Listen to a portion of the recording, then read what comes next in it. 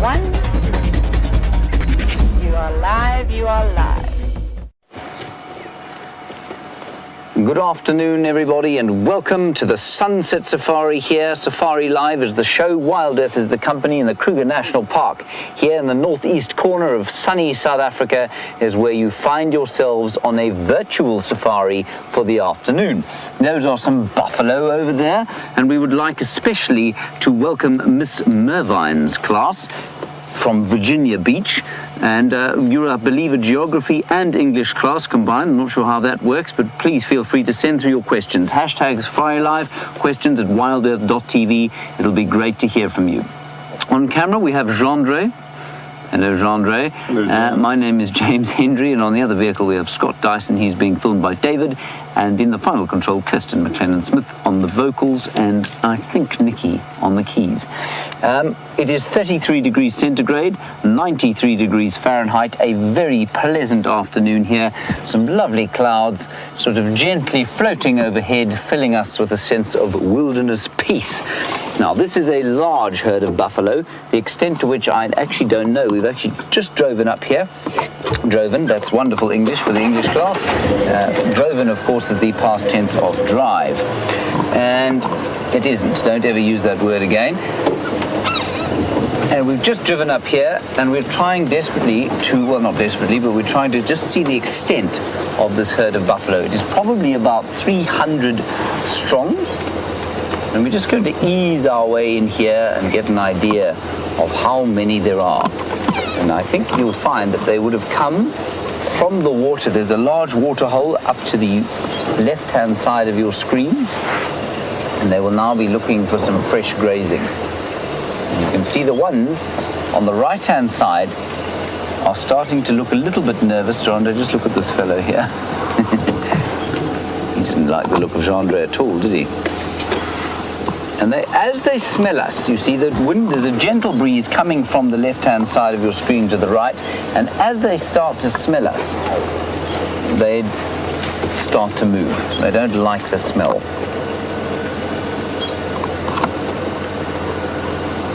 Hello, Jake. You're in the classroom and you want to know what the biggest and then the smallest populations of I'm assuming you mean mammals are here.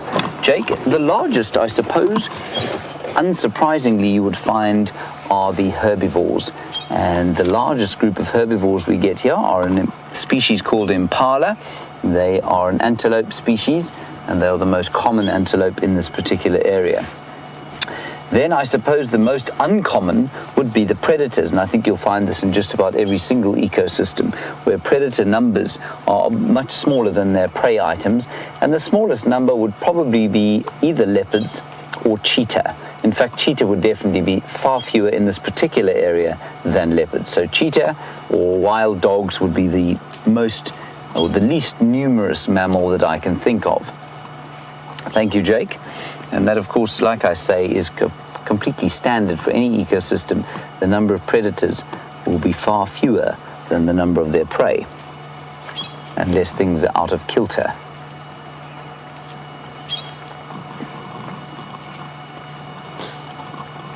Now, Chiante, you are also in the classroom there. Gendre, if I can just ask you to put the camera on that buffalo that unfortunately is now walking away from us. Chiante, you want to know how the animal's coping in this drought, how are they managing to live? And the answer is they're changing their diets. A buffalo is predominantly a grazer, but that buffalo that you're looking at now was just chewing on a tree. They have resorted to browsing. Buffalo will do this. Common cattle will do the same sort of thing. Some of the animals are unable to adapt, some can. Impala, which are, like I've said, the most common antelope that we get out here, are able to adapt. They can graze or browse. They're mixed feeders. The buffalo will resort to browsing if they have to. Otherwise, some will move away to places where there is more rain.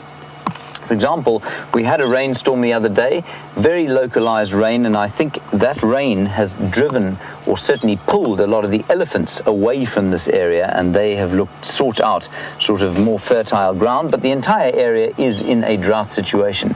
So those animals that can are adapting their diets, and many animals out here are now eating actually their winter diets, because this is a winter rainfall, at least a summer rainfall area. So it actually looks like a winter landscape to us at the moment. A few more leaves in the trees than there would be in winter, but it is essentially a winter landscape. So things like a bush baby, which is a very small primate that we get out here, and they will eat tree gum now. They would normally be eating insects, but the drought has meant that there aren't a lot of insects around. I'm going to have to pull this over my eyes, I'm afraid. The sun is very bright. And so they're onto their winter food, which is tree gum, acacia gum. Likewise, the elephants are also eating largely browse, and normally this time of the year they would be grazing. So the animals are adapting, and those that can't are starting to show real signs of the drought. A good example would be the steenbok. Sorry, I keep moving my comms. Let's go across to Scott. He's going to tell you about some impala before I say anything else about them. He's got some to show you.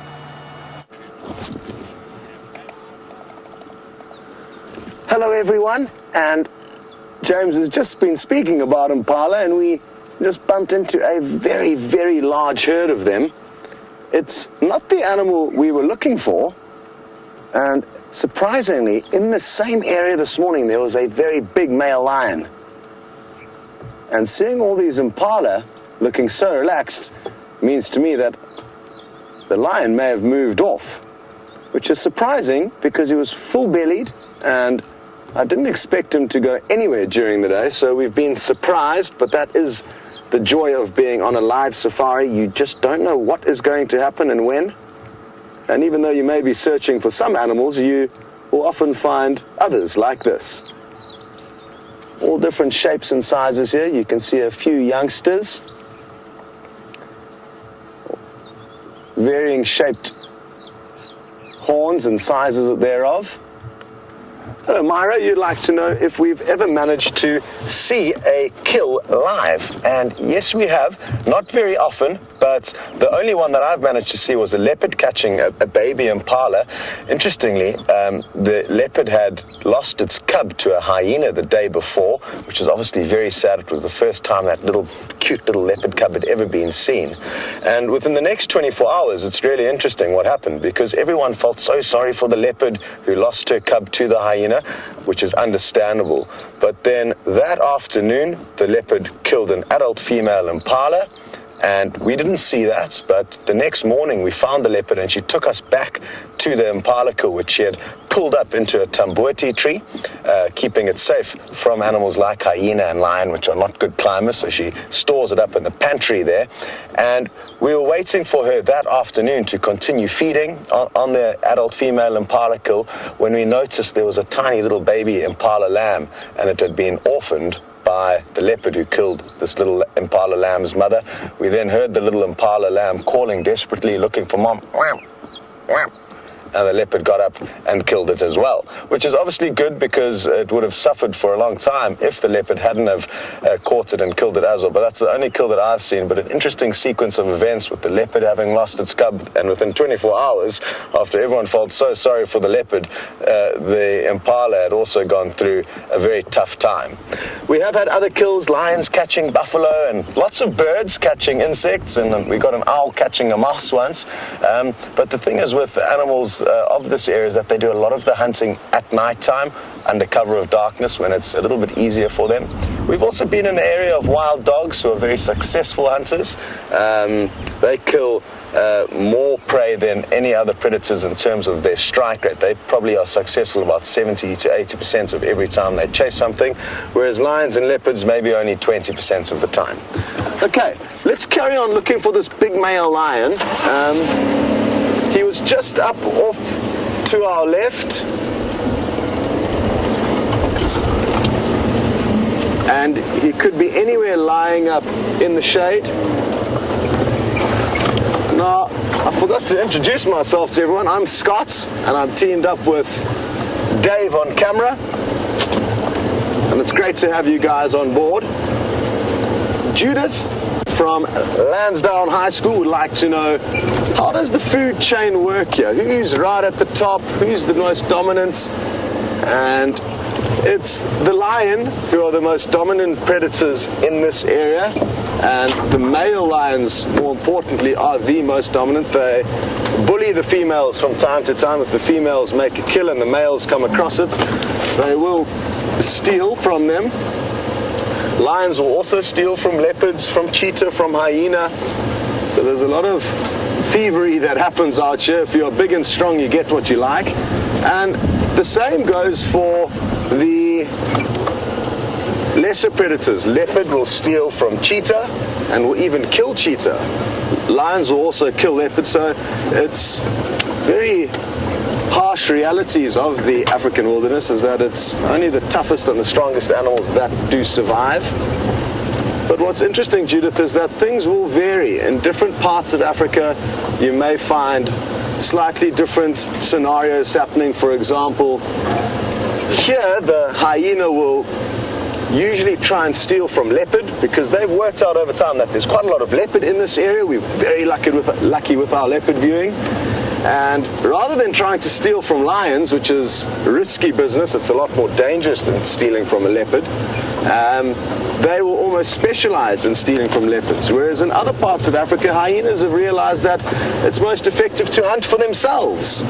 And there you will find lions actually trying to steal from them more than hyenas trying to steal from the lions. So you get different relationships between the apex predators that occur in Africa, depending on where exactly in Africa you are.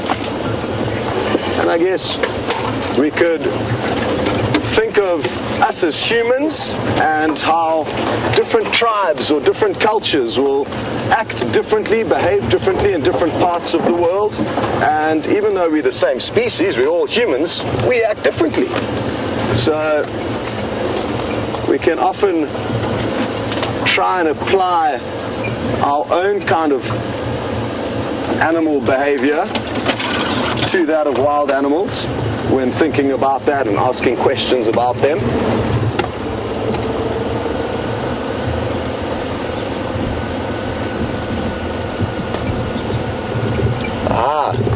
Antonia, you ask a good question. We are on an open vehicle. What I'll do is I'll show you later is I'll get another little camera out and take you on a tour around the vehicle so you can see what it looks like from outside, not from inside looking out. So we can do that a little bit later, but it's completely open, and you'd like to know what prevents the animals from attacking us out here. Well, I guess that's got to do a little bit with Judith's question from earlier.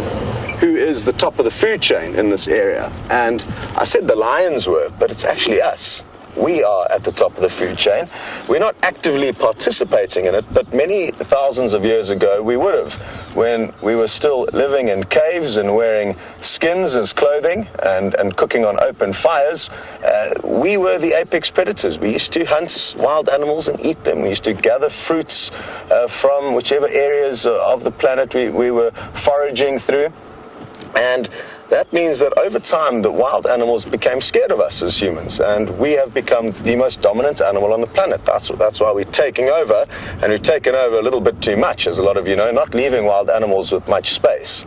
Now, because of that, animals will typically run away from humans. If you go to a very, very rare or remote parts of Africa where humans and animals don't see each other very often, and you drove in with a car, that animal's going to look at the car and run away from it.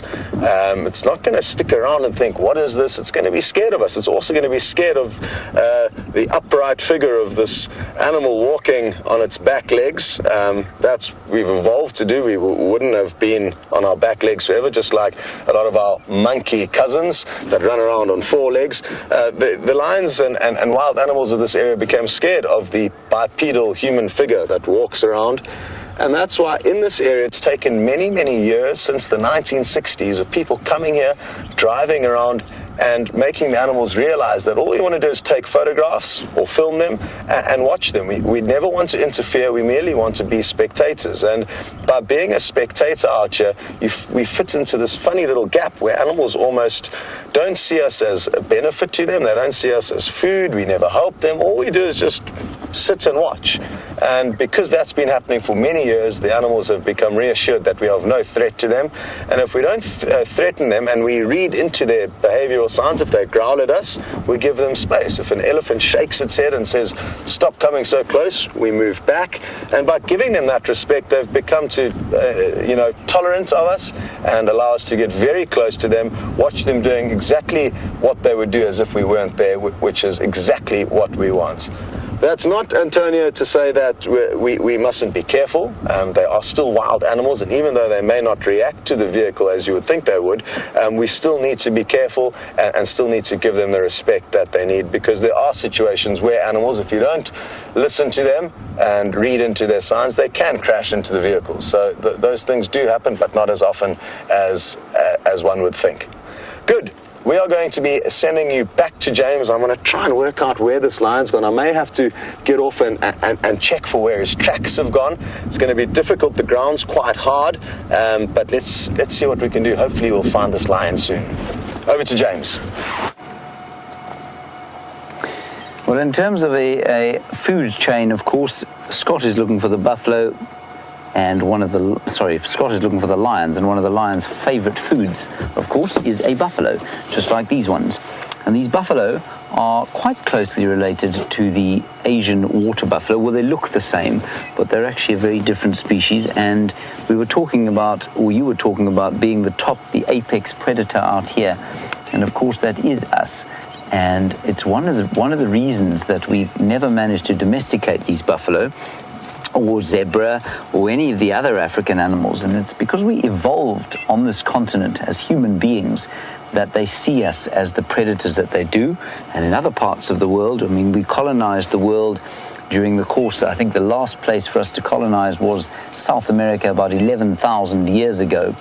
And by the time, of course, that human beings left Africa between 60 and 80,000 years ago, we were anatomically modern. Most of the animals that we know around here were as they are now. And when human beings came across animals in Asia and in Europe and Australasia and in the New World, the Americas, they didn't have a natural terror of human beings like these ones do. This is a big bull buffalo, and he's decided that he's not quite as terrified of us as his cohorts. But then he got a smell of us and decided to go the other way. Let's just go a little bit closer. Now, Kai Rem, I think I've heard your name correctly. You're from school, obviously, and you want to know how it is that we as human beings affect the landscape in this area. Well, Kairam, I suppose the greatest effect we have on the landscape is through the construction of roads, for game drive, and that's an important part of it. Then you must understand that this particular area that we're in is split up into separate private farms, and this is one of the problems with private land ownership, is that everybody's allowed to do what they want with their own piece of land. And so one of the major things that everyone wants to do, if you own a game farm or you own a little piece of the wilderness, you want to put water on it because it's very nice to sit outside and of an evening and watch the animals come down to drink in front of your camp. But what that means is that instead of an area where animals move down to the perennial rivers to drink, they now don't have to move those distances.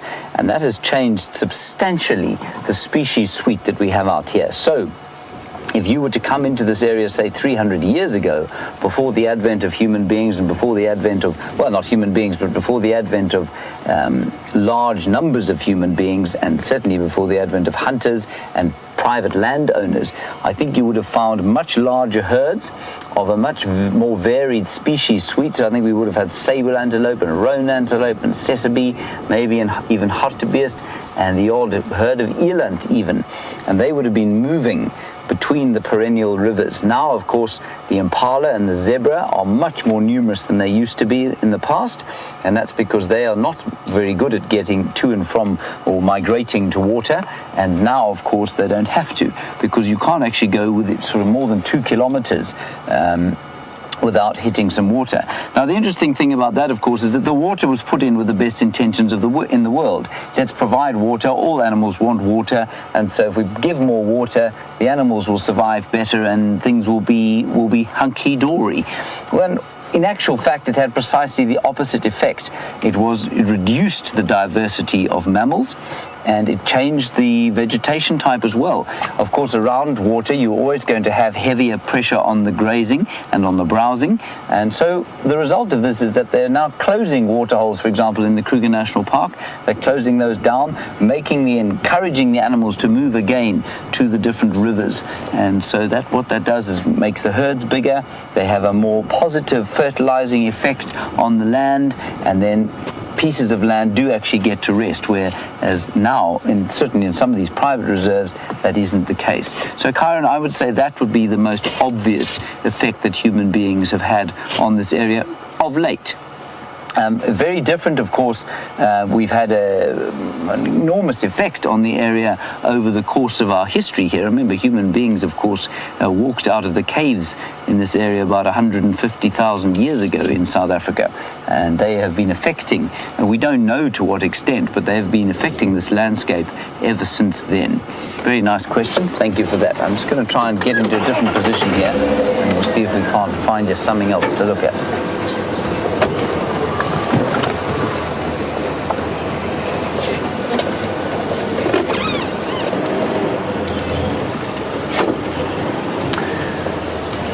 So Jada, it's a very similar question to Chiron's. What kind of man-made influence would have reduced species in this area?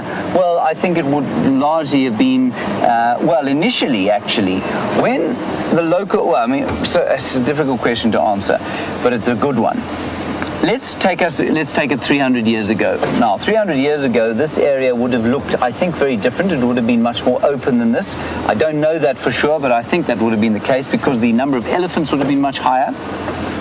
Very few people lived in this area simply because it was full of malaria, which it still is at times, but it was also full of trypanosomiasis, or sleeping sickness, which is brought by something called a tsetse fly.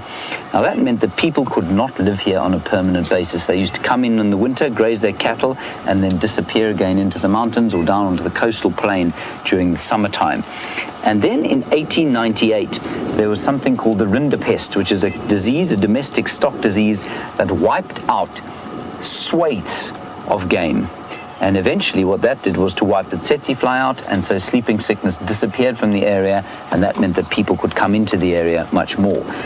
Rinderpest, of course, wouldn't have been here but for the advent of domestic cattle. And possibly I think it was brought by European cattle. So that's obviously changed everything markedly. And then if you combine that with the incredible effect that elephant hunters of the 19th century had on this area, those would be the two largest effects. Now what that did, of course, the elephant hunters managed to completely decimate the elephant population of the area. There were only about 8 elephants left when the Kruger National Park was proclaimed in 1926. So really, you can imagine there used to be thousands and thousands of elephants walking through here. Now, elephants are a keystone species, that's a good term, and the keystone species is a species that has an immense effect. You take it out of an ecosystem and often everything else will collapse underneath it. Now, an elephant is a keystone species because they have such an enormous effect on the vegetation, and so the elephant hunting of the 19th century, combined with the rinderpest, which allowed far more people to move in here on a permanent basis, would have reduced species and would have changed the state of the landscape completely. And we don't know exactly what it would have looked like, but I suspect much more open, possibly a much more diverse grass sward. Let's go across to Scott. He's got a fascinating bird to show you. Well, we've just got into position here. And look at how pretty this bird is.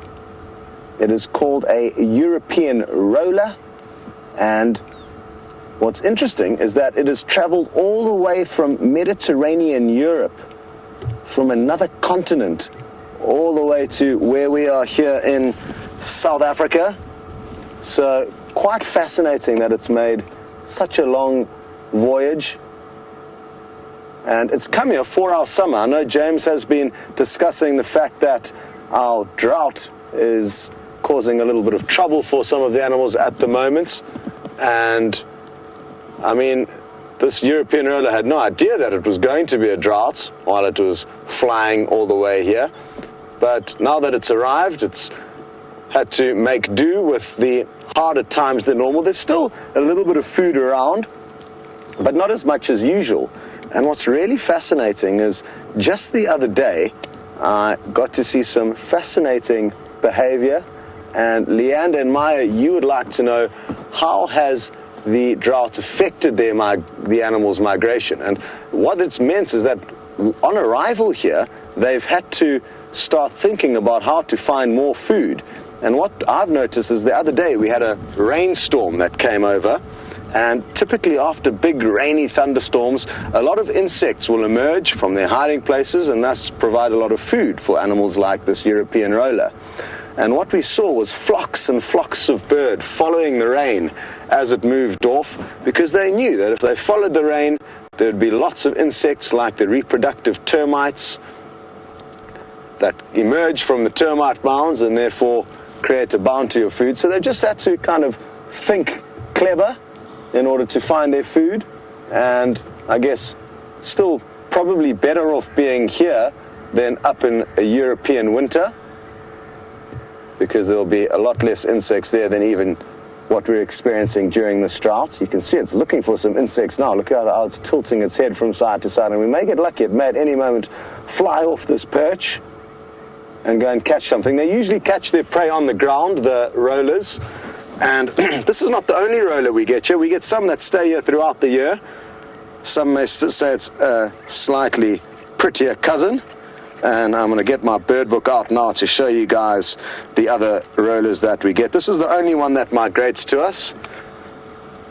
But take a look at its cousins, because it's a family of incredibly colored birds. Look at that. The lilac-breasted roller. We might be able to find you one of these before the end of the safari. Also the racket-tailed roller. These we don't get here, sadly, further north in the Kruger National Park. And to give you an idea, we are in a massive, massive national park. It's about 200 miles long. So these ones are right at the top of the park. The purple roller down here, and the broad-billed roller, this we get here. This one also further north in the park. But aren't those all amazingly colored birds? All eat insects. Thanks, Dave. So we're not having much luck with this male lion. I'm not too sure where he could have gone, but like I said earlier, that is the great thing about safari. You always get surprised by the animals, and even though you may think you can predict what they're going to do, you often get surprised. And that's often well, it is the reason why it keeps a lot of safari guides happy and excited about doing this as a job. Often people ask, don't you get bored of seeing the same animals day in and day out? And you don't, because there's always something strange happening, and they're always proving you wrong with regards to what you think they may be up to.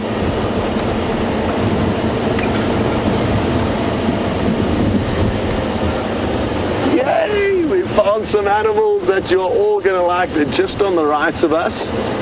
And Cody, you would just ask me what is the favorite part of my job. Well, it's sharing moments and experiences that so many people will only ever get to experience in Africa. And the animals that we're about to see over now are one animal that I love spending time with, and it's those moments that we get to share with people, the joy on their faces when they do get to see some of Africa's finest game is what keeps me excited. The hardest parts of the job, maybe the early mornings. That can be tough, but you get used to it, and you often have time to snooze during the day. Now, as I off-road, I know which trees can tolerate a little bit of bullying and those which can't. You get some trees that are very flexible and some that are more hard that would snap if we drove over them. And part of your guide training is to understand which trees you can drive over and which you can't. We are in great luck. I'm just going to stop here and take a look into these bushes. It doesn't look like anything at first, but you're going to get a shock when you see what we found. Some elephants. You can see Mom's tusks over there, and she's got quite a few little youngsters with her. One that looks very recently born. And I think that I can recognize this elephant because she's missing the end of her trunk, I think. I didn't get a good look, but I think she's an elephant with a slightly shorter trunk than normal, and she's got a tiny newborn calf that I'm hoping is going to pop into the open. So rather than us barging our way through these bushes, let's rather wait for the elephants. It looks like they may come closer towards us,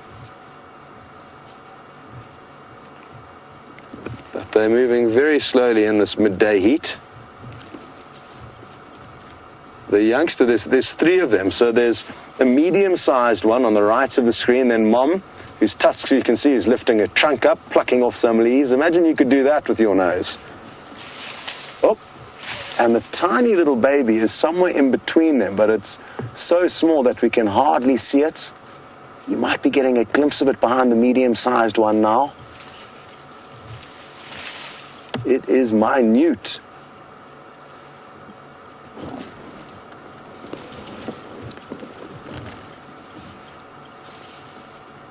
And we're in luck. I think there's also some more elephants coming in onto the scene now.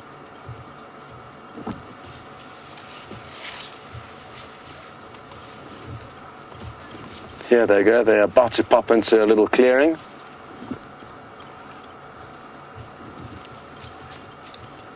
Hello, Juwan and Alexis. You would like to know if I've ever had any scary moments, ever been charged by animals or been caught in a stampede. And yes, I have had some scary moments, mainly when doing walking safaris. It's more dangerous when you're on foot than when you're in a vehicle. So yes, definitely had some scary moments, often with elephants. Breeding herds of elephants, or basically a herd of elephants with lots of mothers and youngsters. They live a life where the females are in charge of the herds. The males roam freely or in small groups of other men, and they will only join up with the herds when there's opportunities to mate, really. They don't have a role or responsibility of having to father young or raise the young. So the herds that are led by the females can be very, very protective over their young, and when they come across people on foot, they can be quite dangerous. So elephants are one animal that you want to be careful of on foot, especially females with young babies. Often, interestingly enough, it's the elephants and buffalo that are actually more dangerous than the lion and the leopard, which is not what most people would assume. But thankfully, in all my time here, I've never been in a situation where I've ever had to harm an animal. We do carry rifles when we do walk in case of an emergency, but with the right training and with the right respect given to these animals, you can avoid dangerous situations. There's a nice big bull on the right here. He's still growing, but he's getting there. And I can tell that he's a bull because he's got a very, very rounded head. The females have got a more angular head, a more 90-degree angle when they turn parallel to you, but it's difficult to see in this thick bush what's what, but it looks like they're going to come right past us. And I think he may give us a little bit of attitude, but don't worry, he may shake his head, but they're having the decision now whether to come up to us or go around us. We're not intruding on their space. We've got fairly close to them, but now allowed them the opportunity to decide what to do next.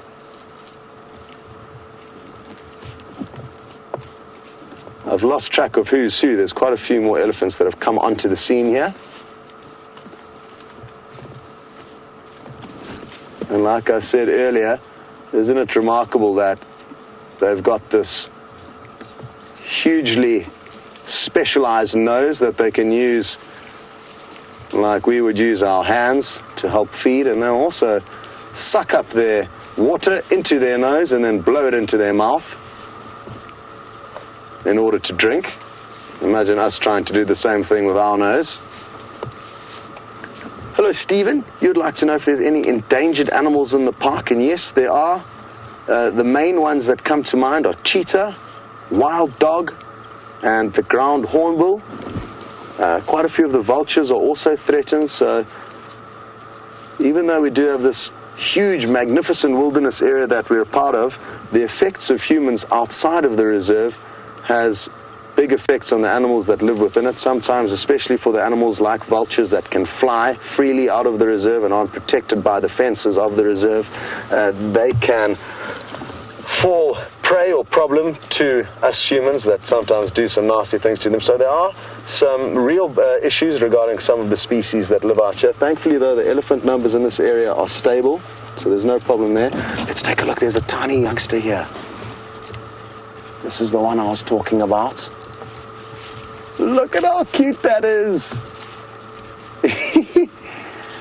And one thing that elephants take a long time to get to grips of is that trunk that I've been talking about. It'll take young elephants quite a while before they can master using it. It's a very complicated tool with 180,000 different little muscles, and that's what allows their trunk to twist and turn just about every way imaginable. But to be able to learn how to control that, like I say, it takes some time.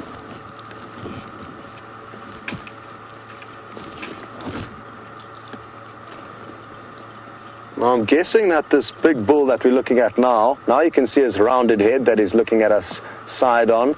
So that's good news, that you've got to see that side profile elephant bull's head, rounded like a soccer ball. A female's forehead would essentially be a 90-degree angle. It would be floating around. He's trying to get himself a girlfriend. On the top of the head. Not trying very hard at the moment. He's lost focus and he's not busy. The males will join up with females, pulling his belly when there's opportunities to mate, as a general rule.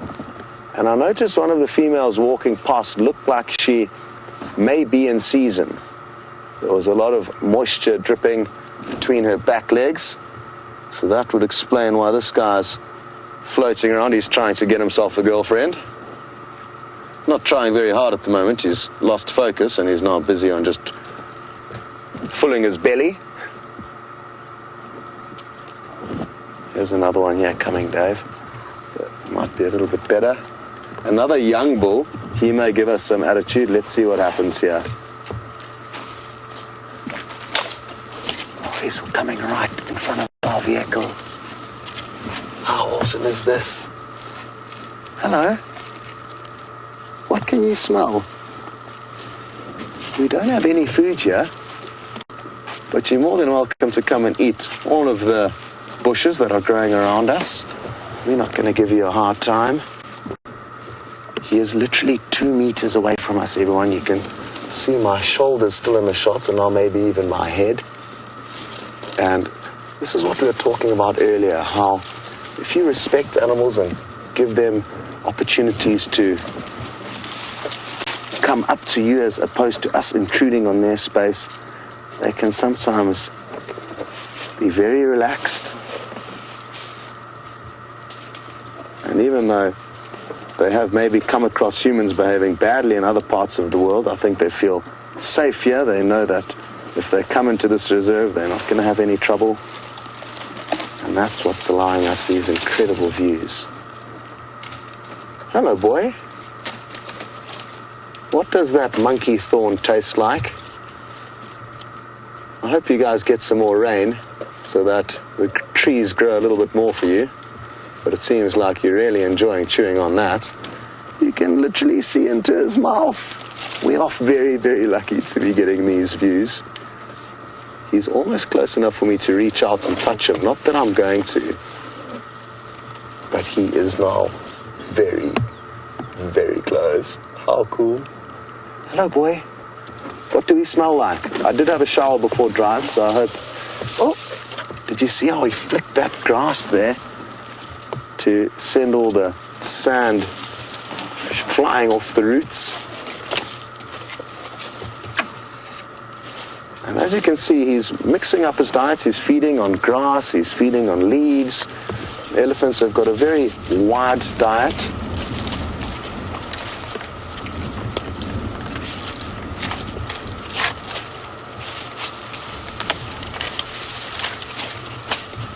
Hello, Nicole in Lansdowne. You would like to know a little bit about the behavior of the animals. Do they have periods or times of the day where they're more likely to be active and more times where they're likely to be docile? And yes, certainly, depending on the species, some will be very docile during the day. A lot of the cats will typically be docile during the day. But elephants, for example, will move throughout the heat of the day because they need to feed on so much vegetation. As you've seen, since we've been with these elephants, they have been feeding non-stop. And they will spend a lot of time, especially during the hotter hours of the day, like now, on the move, when the lions will typically be sleeping. So different species will certainly have different tendencies and periods of activity. The cats after dark, a lot of the prey animals will be more active during the day when it's a little bit safer. But a lot will also depend on the season. Come winter or summer, they may behave differently. And because a lot of animals can't rely on the routines that we rely on, for example, you know, the big cats, they don't know when they're going to be able to catch their next meal. Sometimes they have to be flexible. But the most productive times usually are in the early morning and the late evening when it's nice and cool. So that's why we head out on safari first light and last light in the evening. Well, as much fun as we've been having with these Ellies, we're going to continue on now and send you across to James, who's found some other interesting animals. Well, that's an incredible sighting that you've had there. I'm really pleased that in just these 45 minutes you've seen such an amazing array of different animals. Here are two zebra. That over there is the stallion you're looking at, and he's with one mare, and that is quite an unusual thing. I think probably what we have here is a young couple. The young male has probably just found himself his first wife. There she is. And they are grazing on the grass on what is called a fire break. Now you can see here that the landscape is slightly more open. A lot of the trees have been cleared away, and what they'll do is if the animals don't maintain this as a short grass clearing, the people will maintain it as a short grass clearing, and you'll find that there are a number of these sort of bands of short grass around the place, and what that does is to provide an area where if a natural fire were to come through the area, you've got a position from which to start what we call a back burn, and that's what we're on now. And for the animals, they of course really like this because the grass it's open, which means they can see what wants to come and eat them, and the grass also is not kind of in amongst some trees, which makes it difficult to eat and obviously much less thick. There we go. Just try and get into a decent position here without frightening them off. There we go.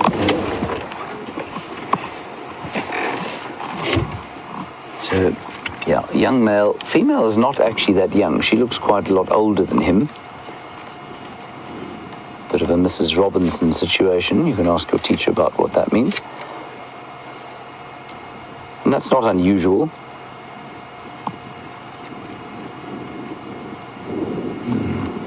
Now, the interesting thing, you've been obviously hearing about the drought, and we know about the drought, and we know that there is a drought, but these zebra are in fine condition.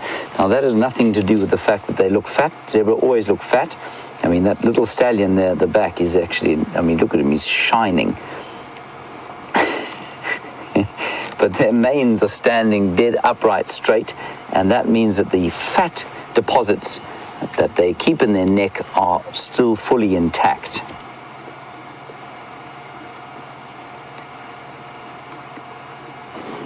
Now, Nate and Keontae, you want to know about the water distribution on this reserve and how do animals find water. Nate, they find it in the same way that you would. They learn from their parents where the water is, and they learn when they're foals. The herds will travel to and from the available water. And yes, there is a lot of water provided in the Sabi Sands for the animals. As I said, just north of us, there's a property called Biffel's Hook, and that's got a number of landowners, and each landowner there seems to have a dam in front of his little camp, and so the animals can go there. At Djuma itself, we've got a number of water holes, some of which are pumped and some of which collect rainwater, and we had a little bit of rain the other day, and so there's actually quite a lot of water around the place, and that's why I'm really pleased you saw those elephants. Those are the first elephants we've seen in the last few days, because the water is now even more dispersed than it would be, which means actually, although we're in a drought for the next week or so, there will be lots of little puddles of water that animals can drink from. Remember, very few animals out here actually need clean water. They can quite happily drink very dirty water, the likes of which you wouldn't even bath in, let alone drink.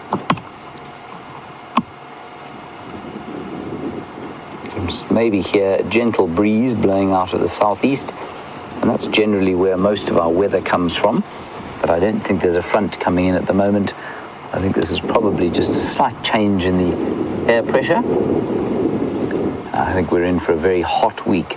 It will probably hit 38 degrees Celsius, which of course is pushing 100 degrees Fahrenheit in the next few days, which is of course very hot indeed. You can see the zebra there eating the fresh grass and enjoying it very much, and I'll get on with that. I'll get on with this. I've got a question here. It sounds like Fergus, but I don't believe that's your name. Because are you getting that, Chandra? Bertus? Bertus? Maybe Bertus. Anyway, a question about local languages that are spoken here. Yeah, no, I'm afraid I'm missing the name.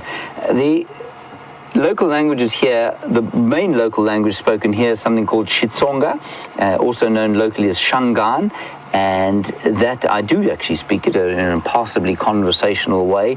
Then the other major local language here would be Pedi or Northern Sotho. And that is a completely unrelated language, and I mean there are 11 official languages in South Africa, and in this area those would be the major two, Pedi or Shangaan Tsonga. And what I will do is say goodbye to you. We'll hand you over to Scott, and I will say goodbye to you in Shangaan, and I will say ikensile ngopfu ku hivona la irhandza ngopfu ku vulavula na n'wina. Nta kurungula le ka Scott, hi ta vonana siku rin'wanyani. Bye bye.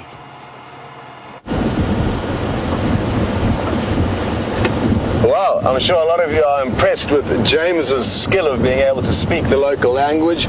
He speaks it better than any person I know, of course, other than the local people who can speak that language. I hope the kids at Lansdowne High School have enjoyed being on safari with us. We got so lucky with that elephant sighting, and again, that is the joy about safari. We were looking for a lion and we found elephant. No problem with that. And the fact that that one came so close to us was an absolute bonus that we were all so lucky to experience, and I hope you did enjoy that. I guess you guys have to head off possibly to your next lesson, and until you join us on the next safari, work hard, and I guess thank your teacher for allowing you guys to be on a live African safari. I wish I could have done that when I was at school. So yeah, you guys are lucky, and we are happy to have you on safari, so keep joining in. We do it twice a day, and we will see you next time. Goodbye. For the rest of us who are going to continue on safari, let's try and work out what this lion's done. Now, there has been a report that a lion, possibly the same one that we had this morning, was found to the south of our property, meaning he has moved a long distance from where we saw him. I find that so hard to believe. But again, anything is possible, as we've just been saying. So he could have got up with that very full belly of his and walked off the property, which would have been great for us to see, but alas, we were not in the area. But we'll snoop around and try and look for some of his tracks. I've just seen a few big elephant bulls here. There's lots of Ellie bulls around, and that one female in the herd earlier definitely looked like she was in season. They're sadly moving off through some thick bush, but you should get a glimpse of their tusks. The one on the right you'll probably be able to see a little bit better as he disappears off. So good to have a lot of elephants moving around the property again, because they've been fairly scarce. But we're going to leave them wandering along through that thick block and continue along this road just to see if we can't find any tracks of this lion crossing over it.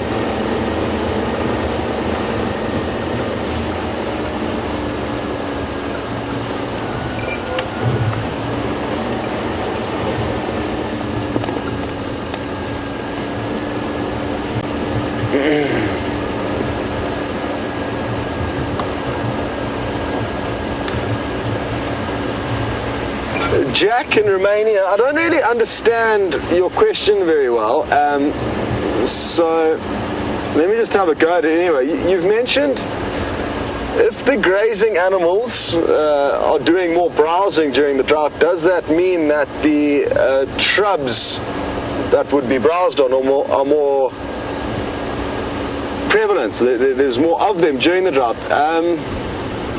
Not necessarily. I mean, there's a mixture of both ways, and I'm not sure if James said that grazers are browsing more or vice versa, but I've noticed some of the browsers also doing more grazing. So I think it will fluctuate. It will merely depend on the individual species and the area. But no, there's not necessarily more stuff to browse on than to graze on. Maybe it'll go through a stage where, yes, you know, now there's lots of green grass after the rain, whereas a week ago there wasn't. So there you'll find grazers maybe doing more browsing because the trees have been able to withstand the drought slightly better than the grass has. But now that it's rained, you'll find browsers probably capitalizing on the grass, because that's going to be the sweetest, most nutritious thing available. Hope that answers your question.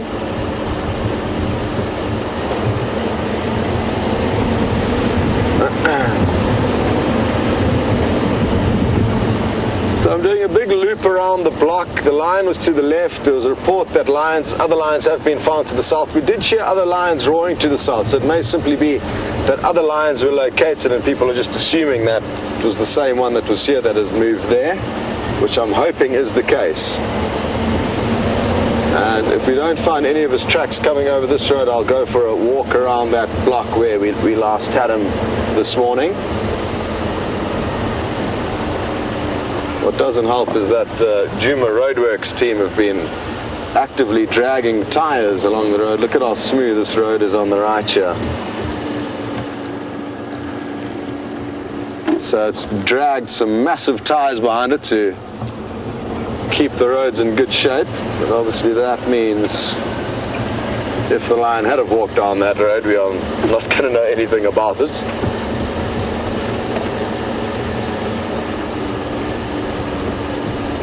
Hello John in England, you would like to know if a buffalo would attack a lone male lion if it was wounded? Yes, certainly they would. They would claim revenge. And interestingly, there was an incredible photographic sequence that I saw quite recently of that exact thing happening, and the buffalo was the victor. It was an old male lion, also an old male buffalo, but in slightly better shape than the lion, and they went at it for hours, fighting with one another, but the lion lost in the end. Hello, little pigs.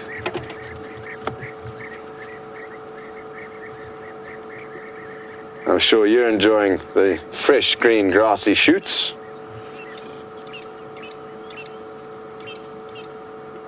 That looks like a young female that would have been born this time last year. Oh.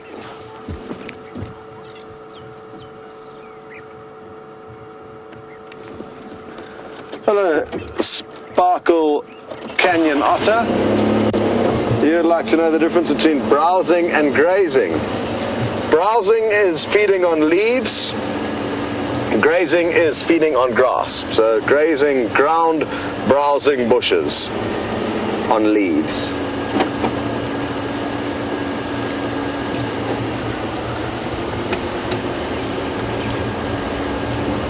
And yeah, that's all there is to it really.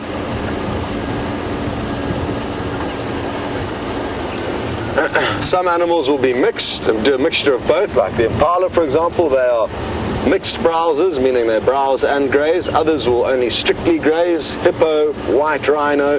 The black rhino is a browser which feeds on leaves. It's got a hooked lip, whereas the white rhino has got a very square lip like a lawnmower for feeding on grass. The wildebeest, the zebra are all grazers.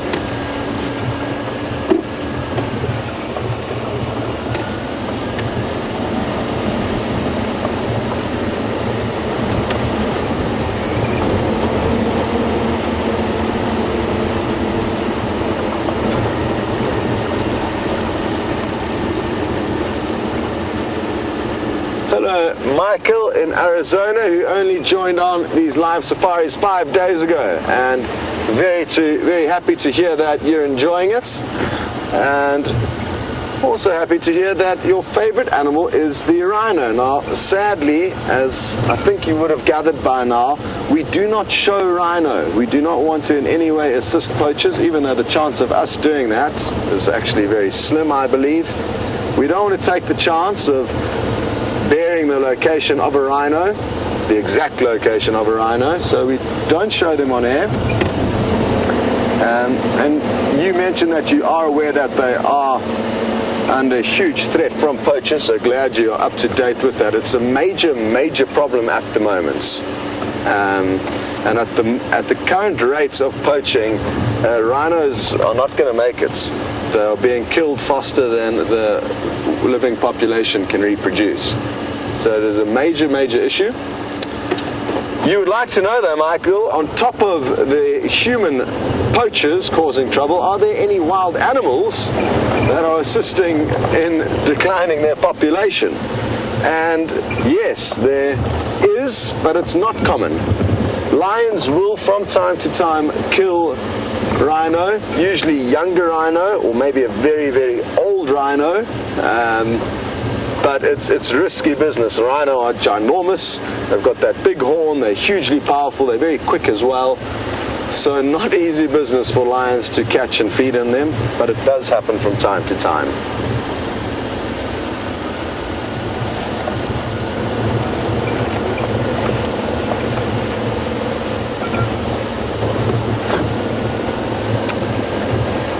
Okay, well, it sounds like James and Chandra are having some tech issues on their vehicle.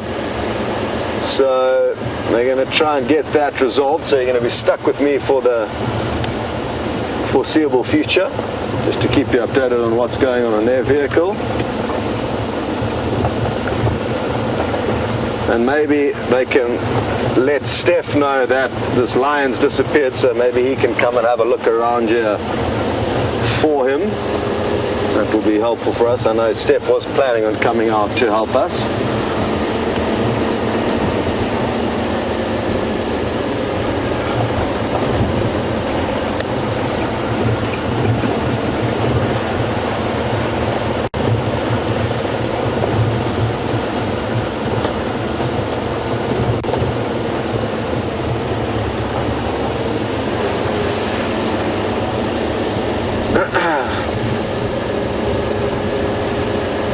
Where are you, Mr. Lion? I've never seen so many impala in this area, so it's making me feel like he could well have disappeared. I'm just going to take a huge gamble here and just drive off into the unknown, hoping that we find him sleeping under a tree. This was the general movement he was moving in, so maybe we'll get lucky.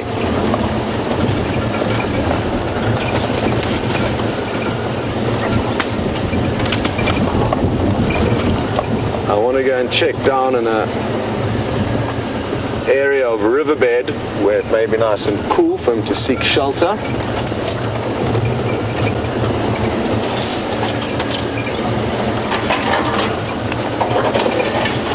Squeeze tight, everybody. Hello, CJ or BJ. I'm not sure which one. But you would like to know whether it's CJ, you would like to know whether or not we can be certain that it was one of the Birmingham boys that we saw this morning. I can't, but it is believed that it was the same male that was seen yesterday evening with James. So I think a lot of people believe that that is the case. He did roll over at one point, revealing a little scar on the belly, and there was also a very prominent scar below the eye. But I don't consider myself a lion identification expert, so I can't be certain. I also haven't seen them for so long that it is hard to know what's happened to them in the months that they've been away. The last sighting we had of one of them until yesterday was on the 24th of December, and that was just one of them. And who knows how long it was before then that we saw them again. So we haven't been following them closely enough for me to be able to make calculated guesses as to what's been going on there.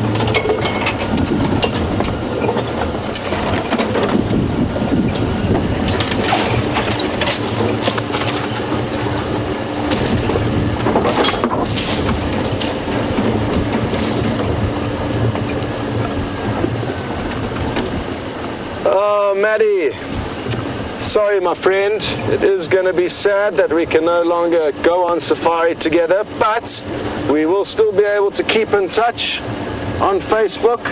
And even though we won't be able to go on live scorpion hunts, what we will be able to do is hopefully I'll be able to find you some different scorpions wherever I end up that we don't find here, so you'll get to see some bigger, so maybe some nastier ones. We haven't showed you any very venomous scorpions since I've been here. We've only seen some friendly ones, so it'll be nice to show you some different ones, and that is a reason why I'm going, just to be able to see some different animals and see some different places. And I will be sharing as much of those adventures with you guys as possible, but I'm going to miss you too, Matty. So don't worry, it's not just you who's going to be feeling lonely and missing everyone on the Safari Live, and it's been so fun having you on all those scorpion hunts with me and sending through all those questions and being there and experiencing all the magical moments we've had.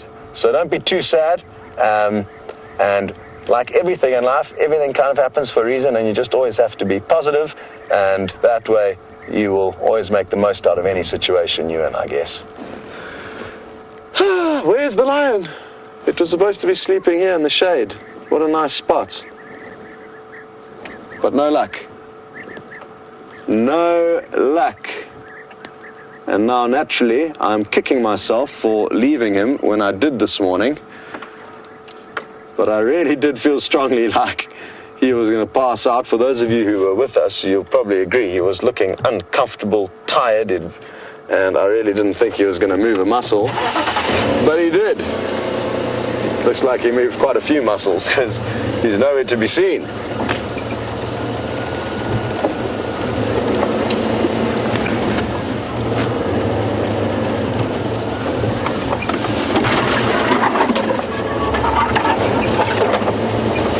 All right.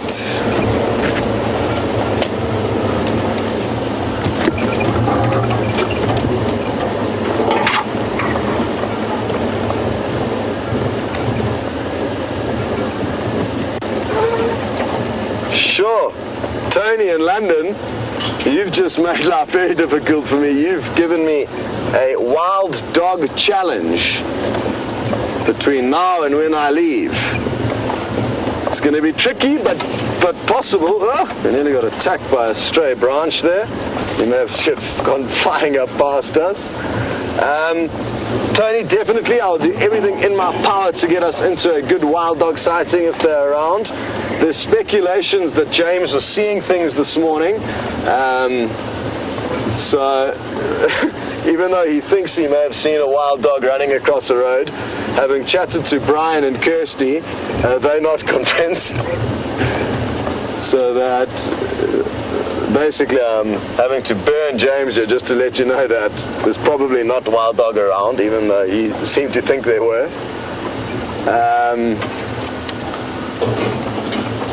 It'll be interesting to know where that Sands pack has gone. I know the Investec pack was quite a lot further north of us in the Manuletti Reserve. But a wild dog chaos sighting or chaotic sighting would be something that would be wonderful to share with all of you before I head off. Oh, well, there's good news. It appears like James has resurrected his tech problems, and you're going to go back onto his vehicle for an update. Maybe you can ask him whether or not he thinks he was seeing things, or whether he was confident that that was in fact a wild dog.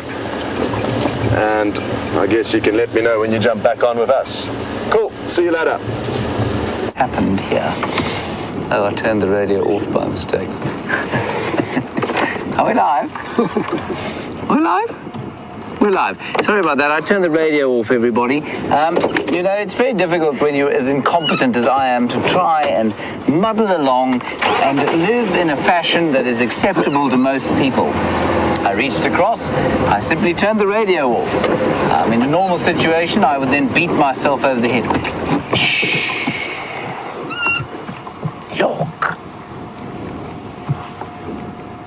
It's a little barn swallow.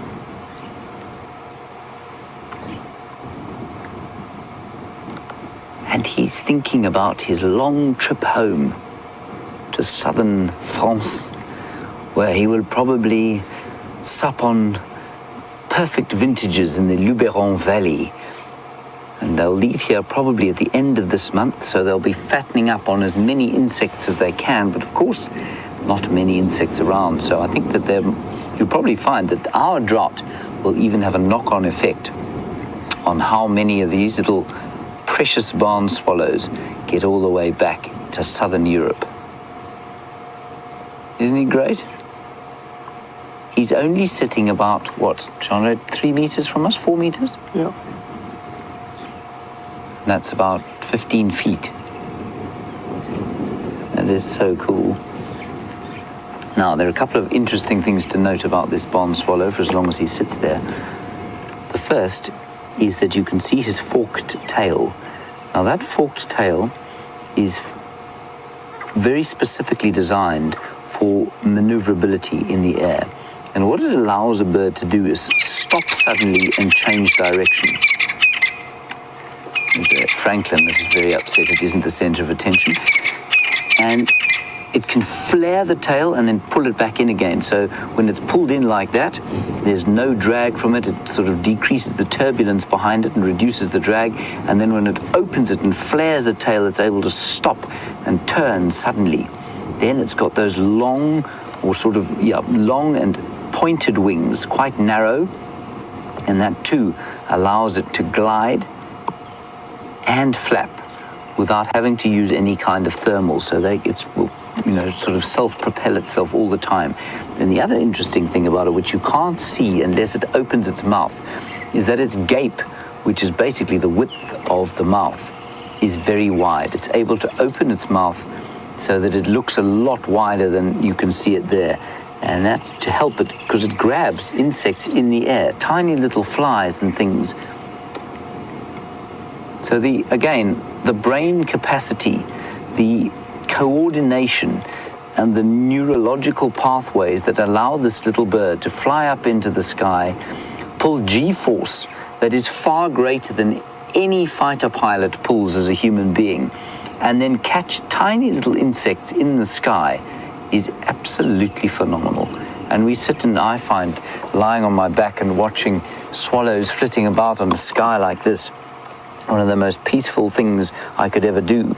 And I don't think we often appreciate just the complexity of the operations going on in each and every one of these tiny little birds. That is fantastic. He's just looking around. So they'll shortly start to gather, and you'll start to see lots of them sitting together on telephone wires and on trees. And as the time for them to leave draws closer, probably sometime during, like I say, towards the end of this month, then one of them will decide, off we go. And then they shall fly as one huge flock back to Europe, over Africa. And what an amazing trip that must be for them to make. Talio Gendre, let's go to Buffelshoek Dam. Right, our little swallow. I've seen him there before, actually.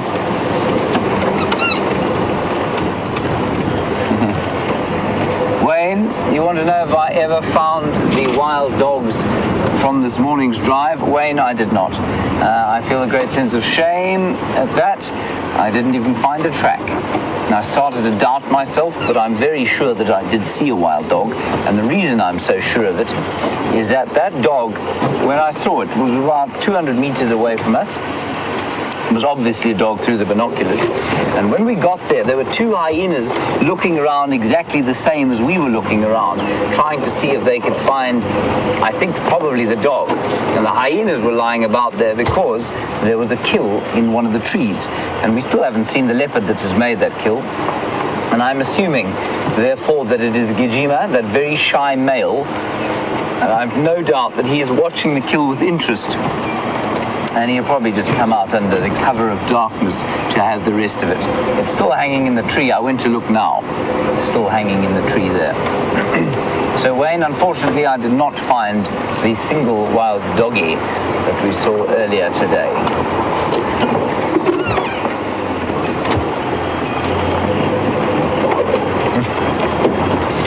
Rusty Pipe, you have just made an extremely unamusing joke.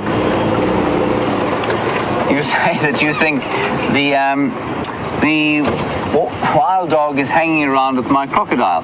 Rusty Pipe, if I wasn't such a sarcastic person myself, I'd say that you were being sarcastic there, Rusty Pipe. For those of you who don't know, Rusty Pipe is referring to a crocodile that I did see a crocodile, in Sydney's Dam a little while back. It was disputed by all. Doubting Thomases, all of you. All the viewers said it's the top of a hippo, and all my colleagues said, oh, it's the top of a hippo, until someone went back there, and actually Brent was guiding so he could drive straight to the dam, and there was my crocodile friend, Mr. Rusty Pipe. Same will go. Yeah, I will eventually be borne out. My evidence of the wild dog will be borne out.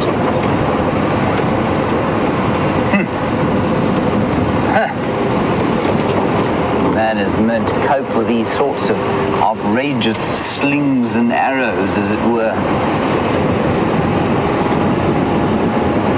Right, we're going to head down through the Morwati drainage line and go to the Buffelshoek waterhole because there were male leopard tracks around there. And there we go. Gerd is saying that the barn swallow occurs in the Netherlands, where she lives, and I think you'll probably get a few of them from here as well, Gerd. And you say beginning of April they arrive, which means it'll be before the end of the March that they start to leave here. I think, if I'm not mistaken, it's a 6-week trip. Maybe not quite that long. Maybe it's a bit shorter than that. If anyone can tell me how long it takes them to get home, that would be great. Maybe, Gerd, you can tell us. And of course, they don't breed here. So when I say go home, I mean that. They go and they breed in Europe, and they visit us here, and we say visitors because they don't nest in this particular area. Many swallow species do, but the common barn swallow, the harbinger of summer, does not nest here. And I'm sure it must be so nice after a chilly European winter when the first swallow flies overhead. It's the same as when the first Wahlberg's eagle here arrives back. He's normally the first migrant back, or the yellow-billed kite. The two of them come sort of around the end of August. And for us then, we know that we're heading towards the springtime. Not that winter here is at all unpleasant.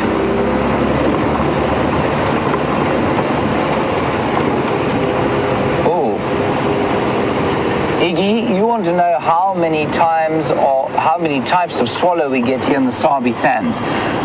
Excuse me. There's a frog in my throat. We find barn swallows, one. Let's go through them. White-throated swallow, pearl-breasted swallow, red-chested swallow, lesser striped swallow, probably greater striped every so often, mosque swallow, So at least 7 species of swallow, which is quite an impressive turnout, really. And you also want to know if we get swifts. Yes, we do get swifts. We get Horus swifts, little swifts, white-rumped swifts. And of course, we also get a few martin species. The common house martin we find, and a martin is very similar to a swallow. So Iggy, lots of those special flying insect-catching birds. And as I was just relating the other day, and for those of you who heard it, I'm sorry about that, but there's an amazing species of swift called the edible nest swift. And they live in colonies of up to 3.5 million, not in this area. In fact, they're not even an African species. I think they're a South American species, but somebody can correct me if I'm wrong on that. They eat, per year, a colony of 3.5 million will eat 1,850 tons. That is, multiply that by 1,000, that's 1.8 million kilograms. And you can multiply it again by 2.2 to get pounds, and we get roughly 4 million pounds of insects every year. Now, can you imagine were the swifts and swallows of the world to disappear for some reason? Can you imagine how many creepy crawlies would be inundating our lives? I think we'd be covered. We'd be absolutely covered. The signal does get dodgy here. I'm sorry about that.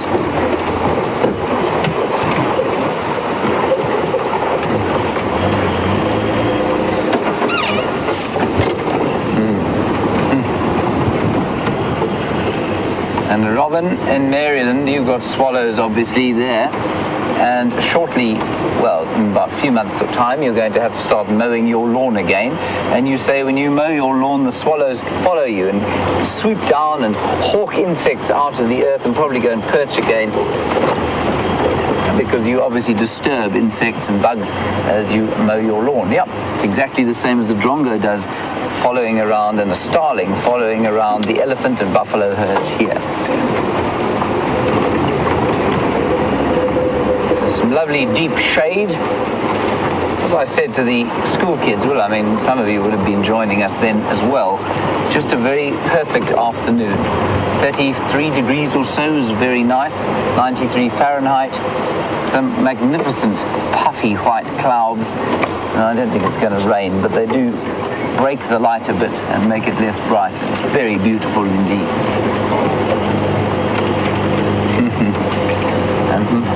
Micah, you say you wish you had a summer's day like us.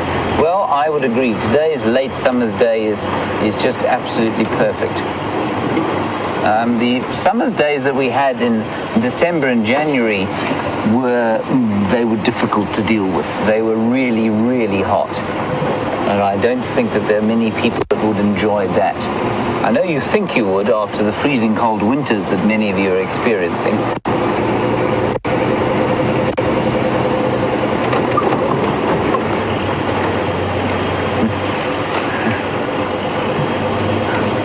Now, Sisal, you say you're confused, you're a new viewer, and you say we haven't found anything yet. Well, we have actually, look. There are some waterbuck. And so abundant are the animals here, Sisal, that we don't even have time to look at these before we have to go across to Scott, who's looking at some elephants. Look at how awesome this caterpillar is. It's got this incredible silvery sheen, and it's doing a bit of a cliffhanger at the moment. Sure. Backing itself there. I don't want to keep it in this foreign habitat for too long, but take some screenshots. It'll be interesting to try and work out what moth or butterfly this caterpillar will turn into. But isn't it fascinating how they move? Yeah, such a hairy head, little spikes on its body. Awesome. I'm just going to try and get him to walk onto the stick, and then we can remove him. We've got another visitor, a little bit bigger than a caterpillar, making his way towards us. Look at this. Oof. Hello, boy. You are a monster. And he's coming right up to us. Hello, boy. Ooh, settle down. Settle down. He is very, very close. He's pushing his trunk against the car. You can feel the car moving. Hey, hey, hey, hey, stop that. Stop that. That's unacceptable. I've never had that happen to me before.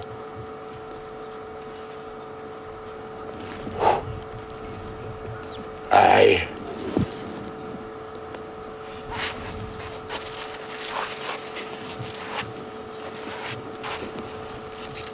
Yeah, he can just waddle back down that road. Look at the big hole in his ear. Must have been a rebel in his youth. Had a piercing. Now, that was absolutely fascinating. Look at the way he's dangling his trunk over his tusk. And that's a sign of an elephant bull in must. You typically see that maneuver when they are in must, but that wasn't the case. He's not in must. You can see no dripping between his back legs. It's completely dry. But I think he's getting worked up because look at all those impala. Such an awesome display of size differences. It looks like he could possibly chase after them.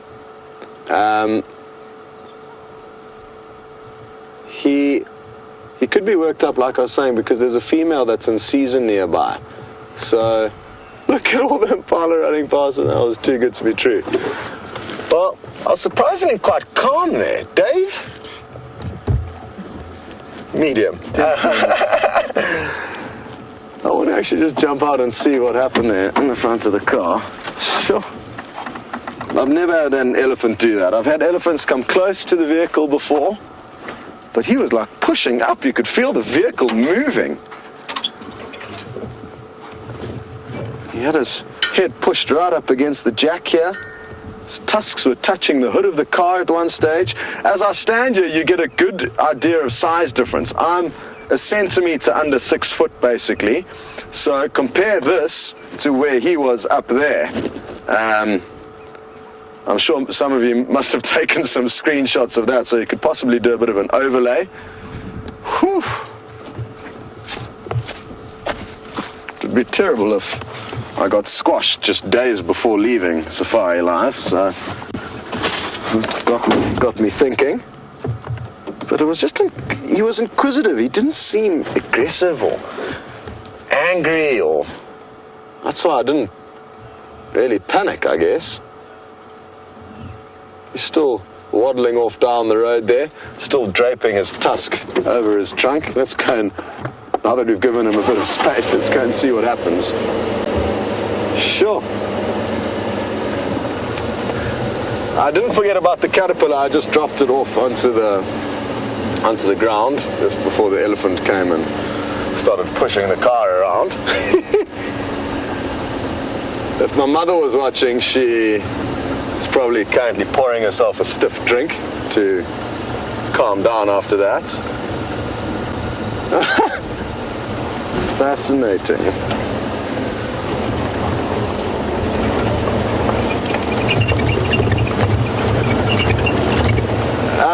James Taylor, you have inquired as to why I've lifted my hat. It's just it's something you can do, and it works surprisingly well, just to make yourself look bigger than you actually are.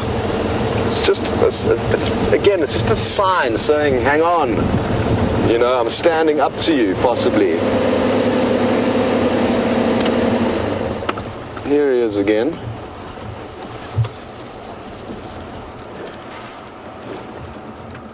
What happened earlier there, boy? Oh, hang on. We've got impala alarming.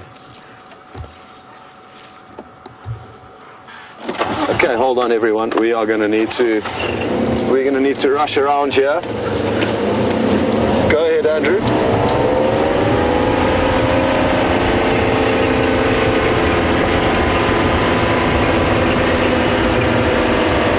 No, we got nothing here.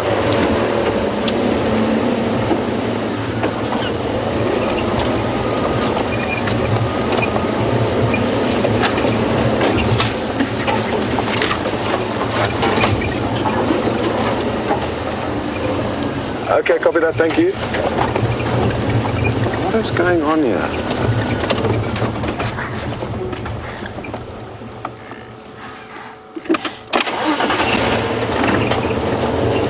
further up ahead of us, so these impala weren't the ones in question. Some impala up ahead. I've got a feeling, and I don't know why, that it's a python. I've just got this weird feeling within me that they've seen a python. I don't know why. It doesn't seem like a regular predator alarm call.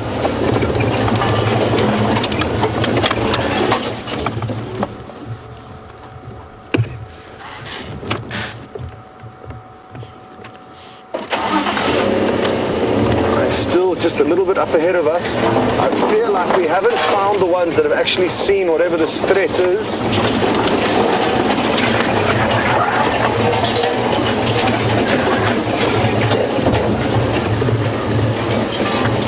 Okay, we're getting closer.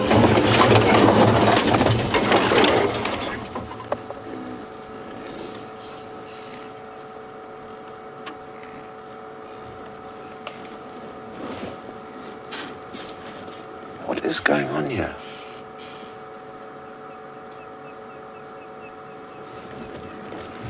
Bizarre. They seem to have stopped.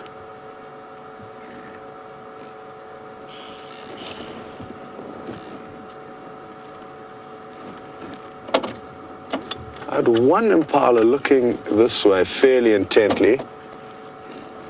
There was a whole host of them letting off like this half-hearted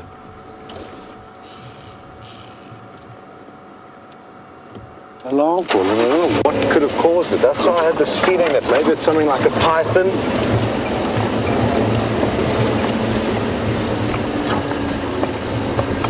Maybe it's going to be worth hanging around with me for a couple of minutes as we explore here, in case we do find whatever it is that got them excited.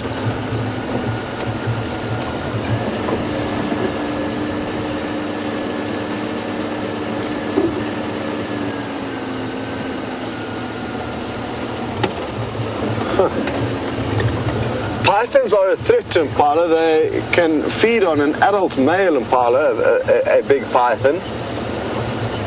So I thought that maybe I'd spotted one of those.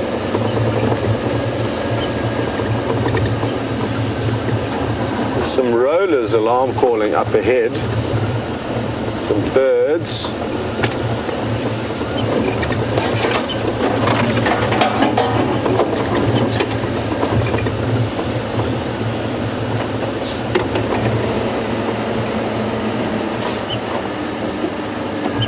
Hello to Clan Wild Fury, and yes, hard to believe, but pythons will digestive juices that there's a strong chance that it won't kill the python, and the python will just dissolve the horns off and the skin will heal and they'll survive. But you get some large African rock pythons up to 6 meters in length. Very, very fat, and they've got the abilities to unhinge their jaws, essentially disconnecting them and swallowing gigantic prey, as do most snakes. They can't bite off little morsels, they need to swallow their prey whole. Oh, I got so excited there, I thought we had found some kind of action, but alas, nothing. Just a gabillion impala. Maybe they were just getting worked up with one another. African rock pythons have got incredibly cryptic camouflage, so if it was one of them, it could just be coiled up, hidden, like most predators. Once the alarm call rings out, that is that. Okay, well, I don't think it's going to be worth you guys doing any more bushwhacking with us, so we will be sending you back to James while we try and find the road. Toodle-doo.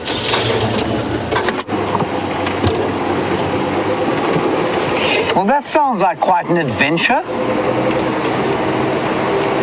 We are not having quite the same adventure. We're just having a much more sedate drive at the moment. We're trying to find some leopard tracks, female leopard tracks that were found in this area this morning, and we're just seeing if we can't spot where they went. At the moment, we cannot. They headed into the block somewhere around here, and so we're just going to see if they didn't go across the road I think she's called Inkanyeni, if I'm not mistaken, and she sort of has this northern part of Torchwood and into a little bit of Buffelshoek. So it would be wonderful to see her again, but I have seen Karula in this area regularly. Anyway, absolutely nothing coming out on the road here. It's a great sadness in my life. Steph is out now, going tracking with any luck. What is that up ahead? Oh, it's an impala. And with any luck, he might turn up that male lion, perhaps, or a wild dog. Yes, indeed, or maybe a wild dog. Or maybe a leopard. That would be nice. Starting to forget what they look like. So we're going to drive slowly up here and just keep an eye out for tracks. Look in all the marula trees. It's been a hot day, so there might be a leopard lurking in some of the boughs of the marula trees.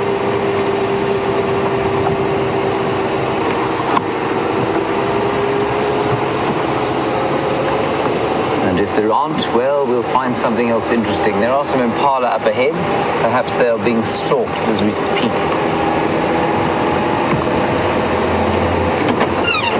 Let's go and have a look at them, turn off and have a bit of a listen, and then we'll turn around and head back south. We did go to Buffelshoek Waterhole. There was nothing there. There were tracks of a male leopard, but we knew that from this morning, and so we're kind of searching this area for him as well. With any luck, Mvula, who I haven't seen for a long time, and I suspect whose territory is being slowly overtaken, probably by his sons to the south, Quarantine and Kunyuma, and probably also by Gijima, that new male leopard of this area. Right, here we go. It's the impala.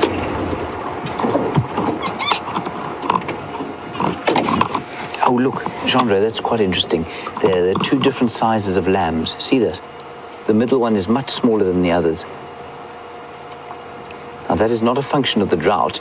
That's a function of the second breeding season that impala have. And he would have been born probably late last month. That's really cool to see. Looks tiny. And the others, of course, which look small until you see a really small one, were only born in November. So they're only sort of 3 or 4 months apart.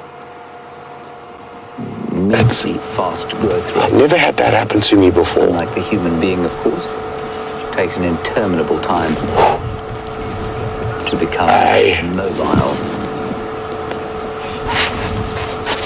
So funny talking about that. A human being, once it does become mobile, you can just waddle butter back down. Nightmare, because it doesn't know what it can and can't eat. And so they run around the place, and I've watched parents in abject terror as their little toddlers become toddlers. It becomes so much more difficult to look after them. Ooh, also look, Jeandre, that little male has just had his horn eruption, and we were asked when the horns erupt, and I said this morning about 4 months, so let me just calculate that. Ready.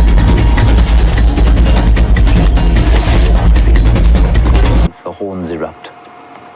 So we were asked this morning when Duiker horns erupt, so I would put Duiker male horns then probably at about 2 months, about a month earlier.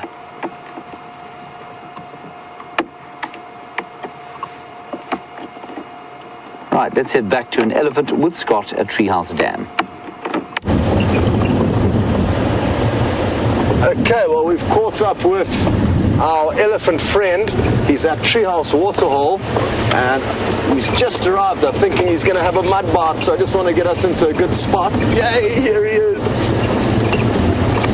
Slow down a bit so as to not excite him too much. And then I'm going to just loop down onto the other side of the waterhole and get a nice low angle, better sunlight. And we are going to get spoiled with some magical, magical views of him. Oh, this is going to be good, everyone. Here goes. He's busy churning up the mud with his foot there, you can see, creating the right solution that he can then grip up with his trunk and splay and splatter all over his body. I'm just going to keep quiet for a while and we can just listen and watch.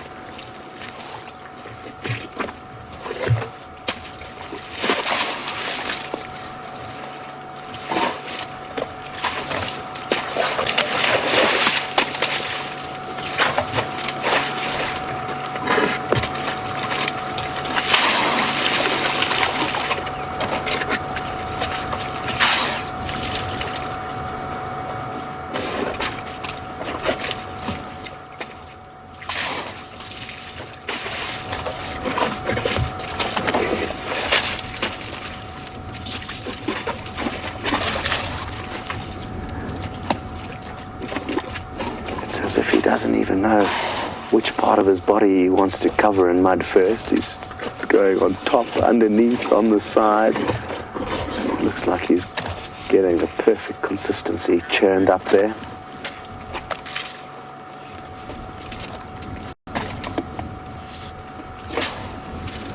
Hard to believe that he was resting those massive tusks in that trunk against our vehicle a few minutes ago.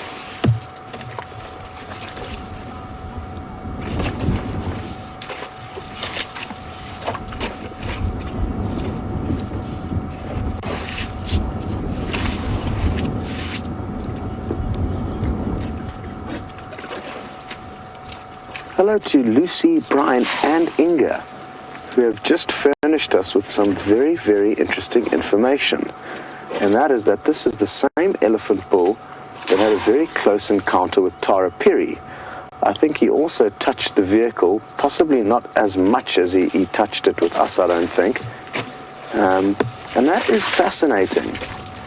He's obviously got that very distinctive hole in his ear, which is a great defining characteristic. Now, what's further interesting is that it's not uncommon for elephants, especially elephant bulls, to go very close to female guides who may be menstruating. Oh, look at this. He's plunging his tusks into the mud. You're going to break dance for us? Oh, this is so awesome. Look at that power. Fascinating. Look at all the mud on his tusks now. Polishing. Yeah. As I was saying though, before I pulled off that very strange stunt, it's not uncommon for elephants to investigate very closely females who may be menstruating. Now it looks like he's coming to say hello to us again. Boy, you cannot do what you did earlier.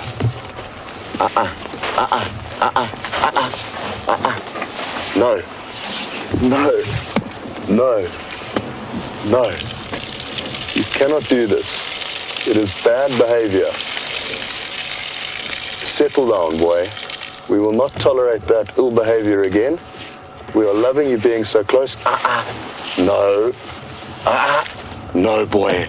No. No. No. Go on. Whew. He is moving off, but we are going to send you across to James. And we are probably going to leave him be now. A bit more quickly. He is moving away from the elephant. Everything is okay. Fear not.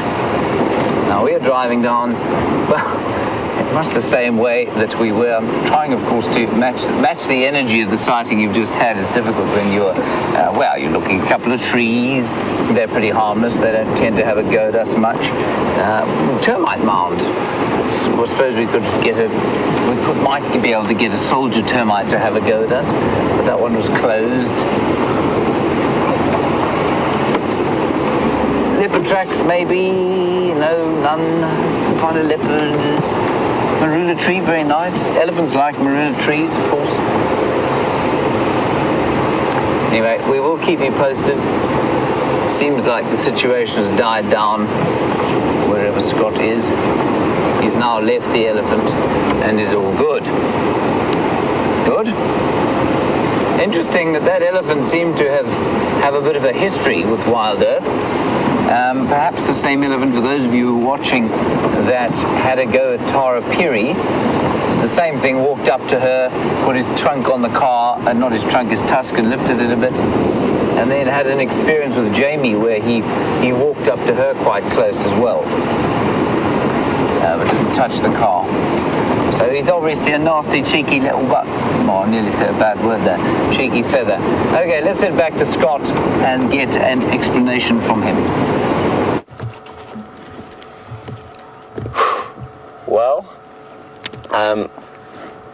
Dave's heart rates and my heart rates are both skyrocketing, as I'm sure a lot of yours are as well. Words cannot describe what just happened there. Just the most fascinating behavior from this elephant. It's not he's not being aggressive, he's simply being inquisitive. Obviously, 6 tons of inquisitiveness can be hugely scary, and even though he may not mean to harm us, he could very easily. That's why we did decide to start the vehicle, and what I did, he's just feeding gently over there now on the dam wall, as if nothing ever happened. At one point, I think I tried to push him away. That's why I've got some of his mud on my hand. He's also got all of this mud here from where he was pushing up against the vehicle. His tusk was literally right over here, and there's some more mud over here. That was scary. That was probably, well, it was by far the closest I've ever been to a wild elephant. Early on, when we got a whole engine between us and him, it wasn't as bad. But when it was just this flimsy door, which is essentially as thick as a tin of baked beans, and when he was right here in all his glory, it was terrifying. I thought he would have also responded to my voice. You would have noticed how I tried to escalate my volume and my voice to try and deter him. In retrospect, maybe I should have been a little bit louder earlier on, possibly used the vehicle engine a little bit earlier on to prevent him getting that close, but I guess hindsight is easy to reflect on and say, I should have done this or I should have done that. But just the most fascinating interaction with African giants, and I'm very, very happy that you are all here alongside to experience that, because I do not think that is going to happen again in my lifetime, and possibly neither in yours. So a magical memory shared with many, many people. So good stuff, Dave. Bit of a baptism of fire there. Earlier on, when we had that young elephant bull close to us, right at the beginning of the show, feeding maybe a meter from the vehicle, afterwards Dave says, "Wow, that was incredible. I've never been so close to elephants." Well, little did you know, Dave, that shortly after that, we were going to have one pushing against the front of the vehicle. Shortly after that, one right here. Dave did a great job on camera there, so well done for keeping your head and not running for the closest form of cover. Thank you for not abandoning ship. And again, I don't think you will ever get to film something like that in your life again. So that is one to put in the memory bank in a very, very safe closet. And again, what a great privilege that we got to share that with people around the world.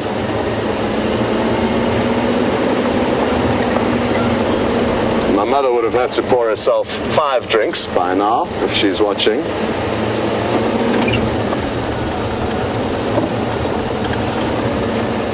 Paul Rizzo, you would like to know why Kirsty decided to cut away from me.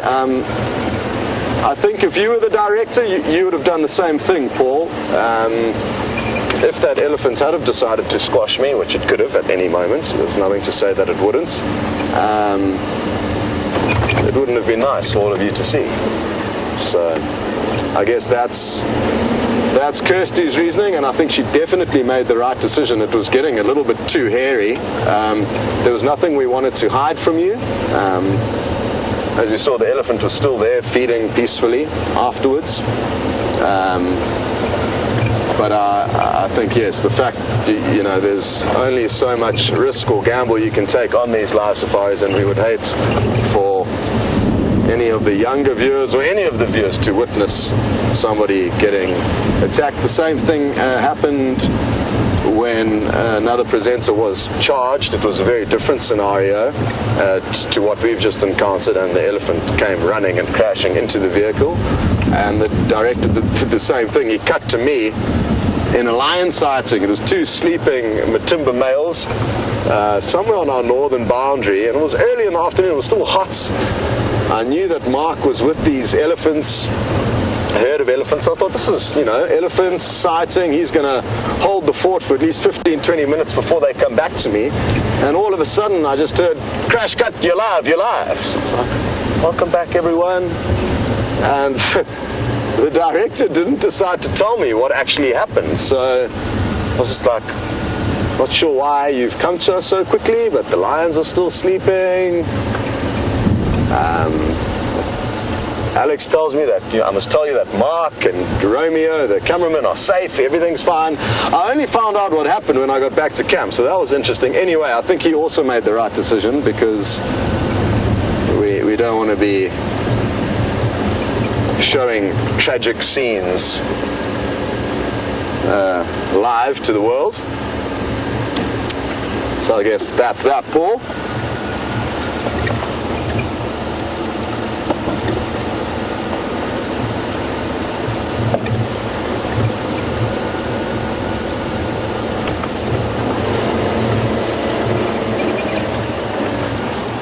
I would have loved to have a heart rate monitor there. That would have been fascinating.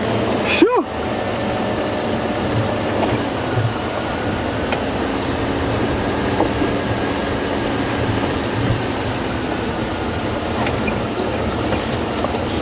My hat trick didn't work too well the second time around, as you noticed. Maybe I need a bigger hat, a wide brim. Maybe one of the ones that the Australians use with corks on it would also have had a more desirable effect there.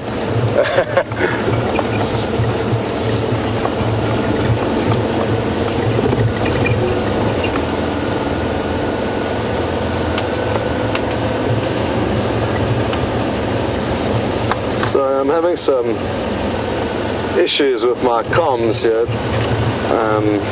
So I'm battling to hear the questions you guys are asking me. There we go, that seems to be better.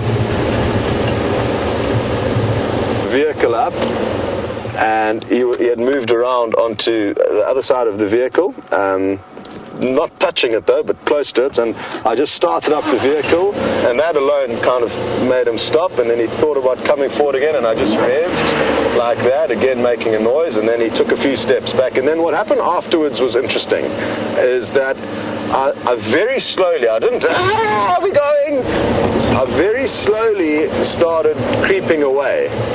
And as soon as I started creeping away, he started following, and then I stopped the car immediately, reversed, and did a loud rev as I reversed, just to say, no, you're not going to chase us, we are not running away from you, we're merely leaving because we've had enough, and if you think you can charge us, I can charge you as well. So that was the theory that I employed there. Nothing overly aggressive, it was just a little bit of I can see he's following, and I just, like that, just to say, no more of that, and then that stopped him, and then I slowly crept away, and he had by that stage decided to move on. So it's something important to remember if being given trouble by elephants.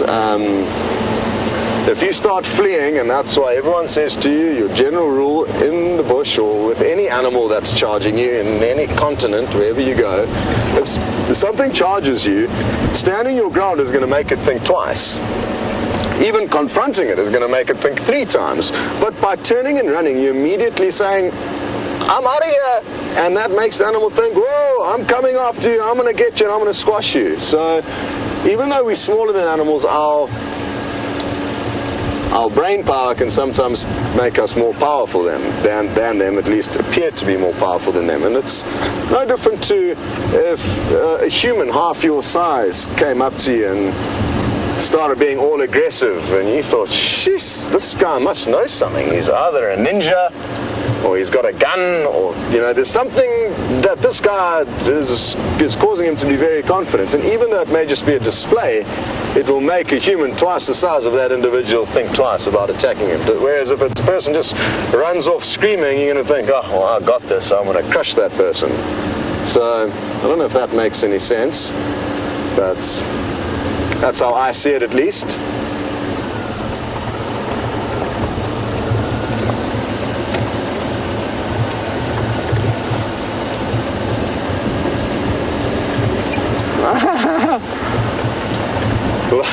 Lots of you are asking whether Dave and I need to change our pants.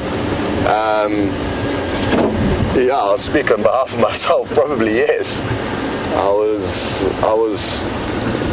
I was concerned at the end there. Because, I mean, it would have been, again, so easy for him, and even though I don't think he was wanting to harm us, he was merely being inquisitive. An animal of that size may not know its strength, and if he had have sneezed, he probably could have killed us there. So...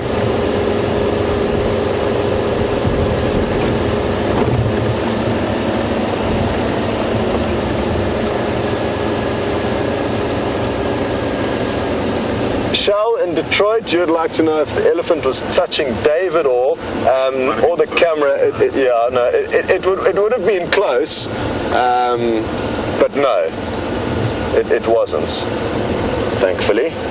Not that we can remember, at least. Phew.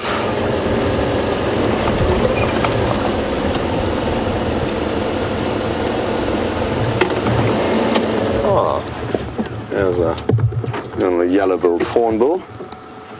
Looks like it's just taking it easy, soaking in this wonderful evening.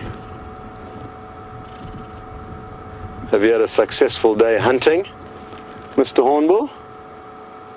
Or Mrs. Hornbill? Not too sure which is which. Time to do some preening. Good idea.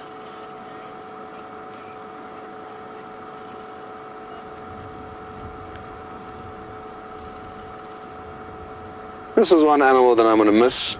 It's such a fun-looking animal. I really do love them. You don't get them in my hometown, Durban, or in Cape Town, Nikki's hometown, where we'll be spending the next couple of months working out what to do next. So I'm going to miss you guys. And your funny call, I've just tried to impersonate. What I'm not going to miss is when they come banging they see their reflection on the glass doors that lead into Nikki and my bedroom. And in the middle of the day while we're having a snooze, you'll hear ka-dunk, and they've landed on the floor and they're pecking essentially themselves, their reflection, in those glass doors, so they can be a bit of a nuisance when you're trying to have our midday siestas. The crested barbets also sometimes get involved in that. I think it's a good exercise workout for them. It certainly doesn't harm them, just keeps them occupied. So I haven't bothered too much about trying to change that. Great, well, we're going to leave this hornbill to its own devices, continue searching for anything interesting for you guys, and while we do that, we are going to send you back to Mr. Henry. Goodbye. Hello! I am up here for a specific reason. I'm trying to get to the mistletoe over there. Now, the reason for that is not so that I might hang it over Gendre's head and he can give me a little kissy. Oh, no. It is, in fact, so that I can retrieve some of the fruit. Because about the fruit I have been reading. And the fruit is, well, it's very sticky. It's got something in it called vicium. And vicium, apparently, is how this plant breeds. Now what it does is it's specialized in by something called a yellow-fronted tinker barbet, which is a very pretty bird, which I cannot show you from where I currently am. And it makes a call that goes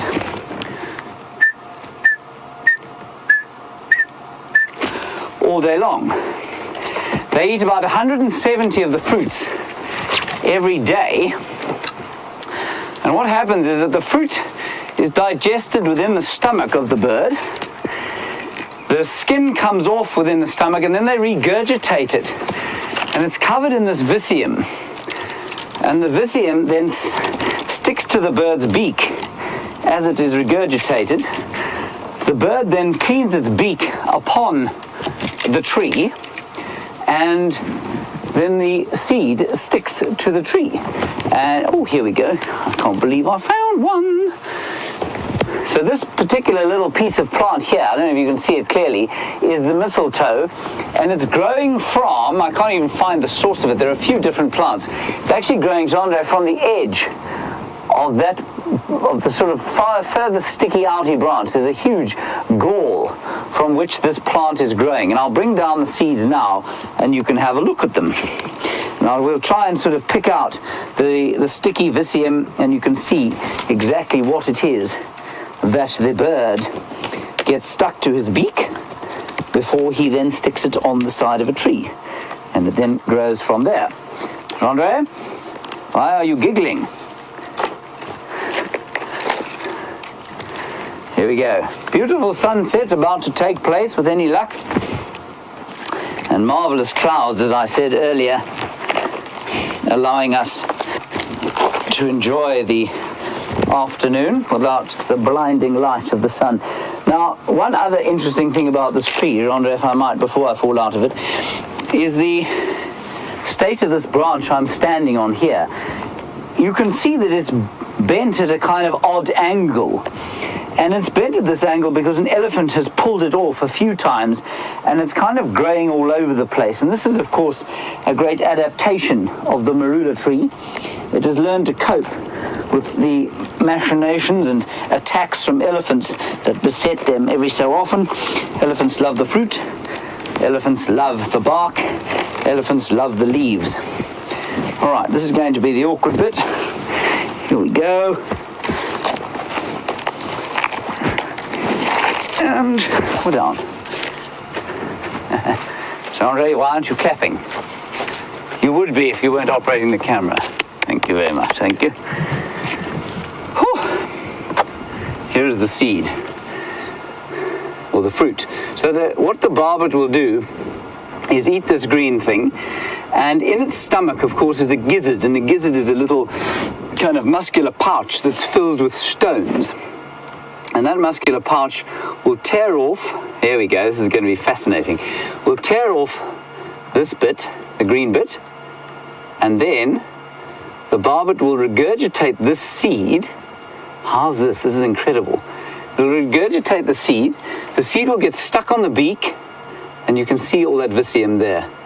And it cleans the beak against the branch, so it'll fly off, and then you've seen birds cleaning their beaks against the branch, and that will stick against the branch from which a new mistletoe plant will grow. How cool is that? I think that's really cool. Okay, there it is. We'll see if we can get one to sprout from there. It's very, very sticky. Let me plug myself back in and we'll carry on our search for the leopard. I'm really glad we managed to do that. I was terrified that when I got up there would be no fruits, and if there were no fruits, then I'd just have looked like a palooka standing in a tree. Well, wouldn't be the first time I've looked like a palooka standing in a tree. I think we're in for a magnificent sunset today.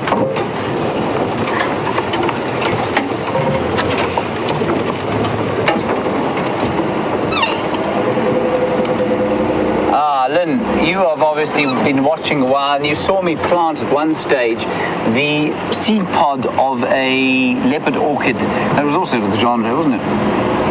Planted it in a tree at the Buffels, not the Buffels, at the Djuma Dam, in a knobthorn tree, and it looked like it was doing quite well until one day I went to check in it, and as I got there, I saw a beastly little squirrel come running out of the hole where I'd planted it, and it had devoured the entire thing, so it didn't in fact germinate at all.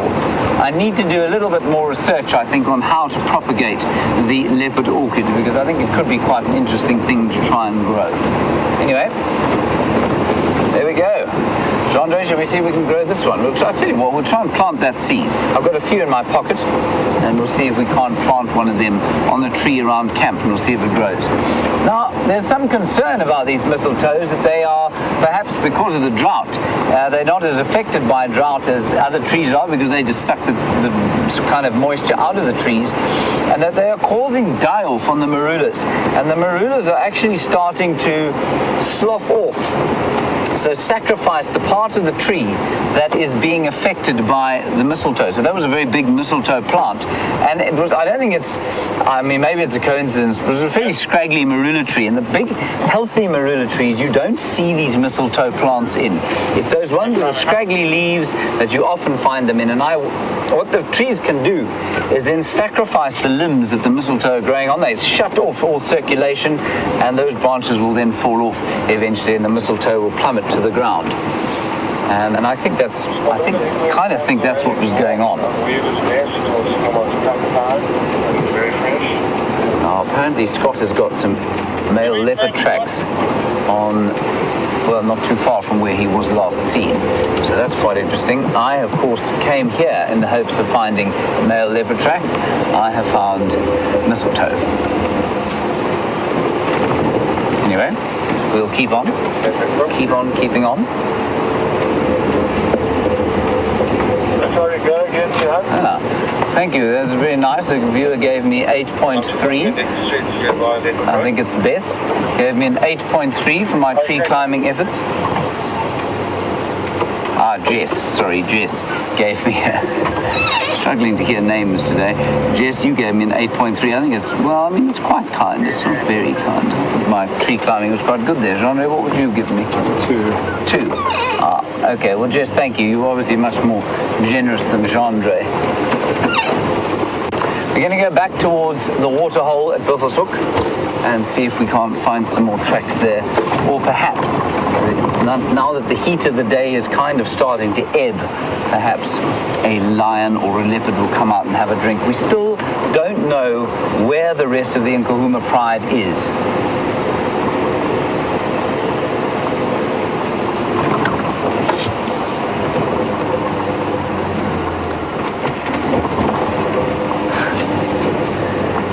Angela, you have the final control of fits of hysteria. You say this way that, was I a monkey in my previous life? You've never seen anyone bend their body in the way that I do to climb a tree. Angela, I may have been a monkey, I may have been a cockroach, I'm not really sure. But certainly I do enjoy climbing trees. I wasn't very good at it as a youngster, but now as I've matured into ripe old, almost middle age, so I have enjoyed climbing trees even more. Whether I was a monkey or not in a previous life, I'm not sure.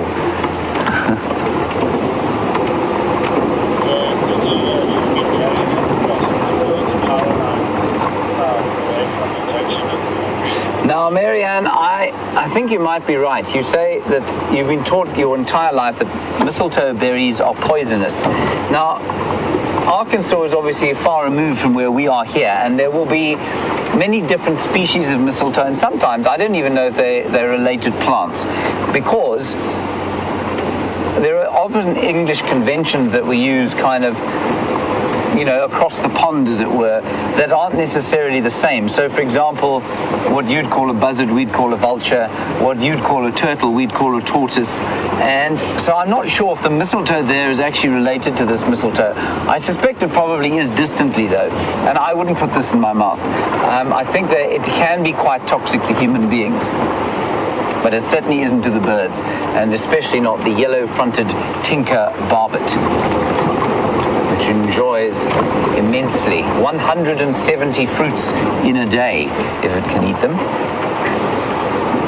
Can you imagine how many of them get distributed around the place?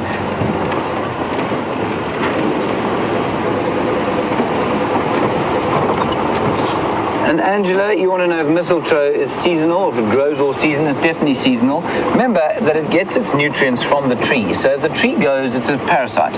If the tree goes dormant, so too must the mistletoe, because it won't be able to get anything in the way of water. So absolutely, they are seasonal growing, and that's why we're going into autumn now, and so it will start to produce the fruits, as do many, many trees around the place. We've got our guarri trees. Marula's a bit different. Sour plum's a bit different, but certainly a lot of the berry-bearing trees are starting to produce their fruits now. And the mistletoe is no different. A very pretty sunset there that we can see. Kirsten's just pointing that out to me. Thank you, Kirsten. I'm looking for a leopard, of course, fading dismally at this stage.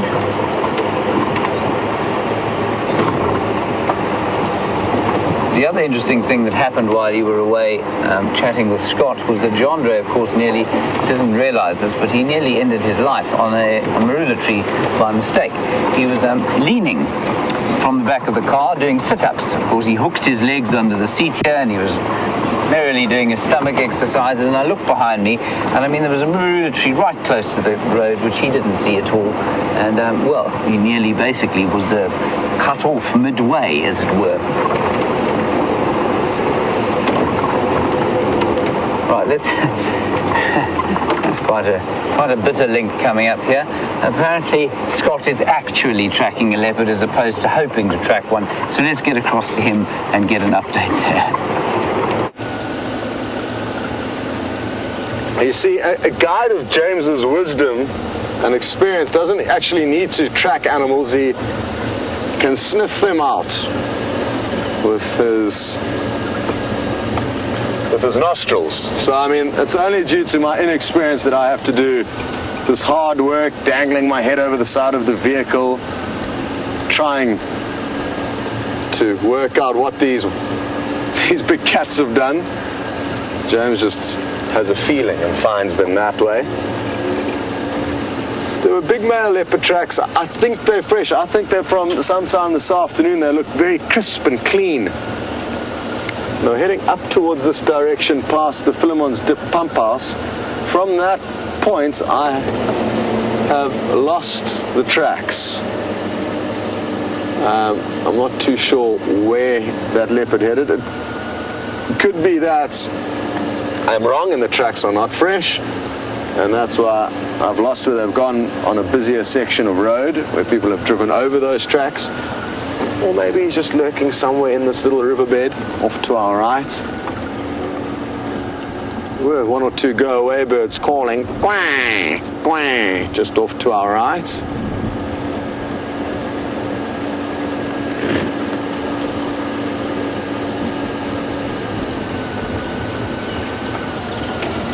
It'll be a wonderful, wonderful way to finish off what's been an incredible safari with all of you. If we do manage to find this big male. But it doesn't appear that he's come this way. I can see a few monkey tracks. This is another road that was dragged today with tires, so it's incredibly easy to see any tracks on it. It's perfect fine film of powder. Exactly what you want to be tracking on. There are only a few monkeys that were running down in this direction that I can see.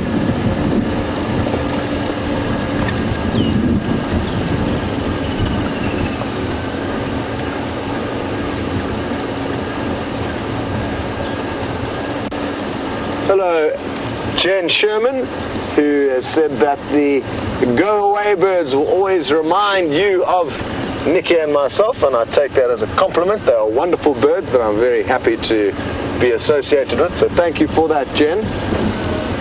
And my offering to you, Jen, is a beautiful sunset that I'm going to turn around for and just show you a glimpse of now. I mean, look at that. Beautiful. The sun just dipping below the horizon, some silver cluster leaves in the foreground, one or two marulas, and a bearded woodpecker doing its loud drumming call in the background. It'll do it again. Come on.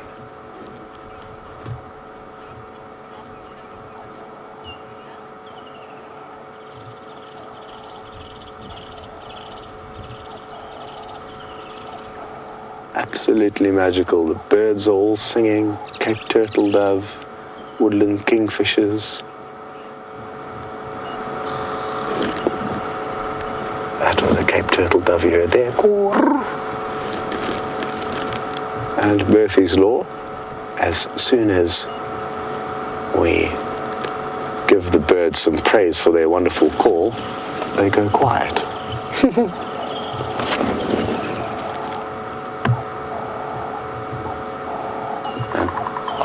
There's the woodpecker again. It's the only woodpecker that will drum loudly to communicate with other woodpeckers of its type. It's called the bearded woodpecker. Cuckoo-roo, cuckoo-roo. It's a Cape turtle dove calling.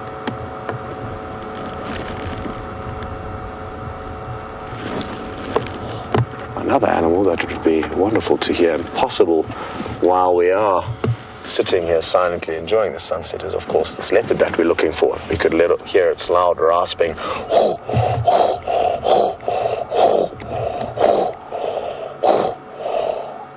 That would be nice.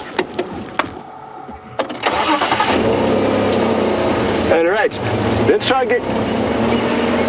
Oh.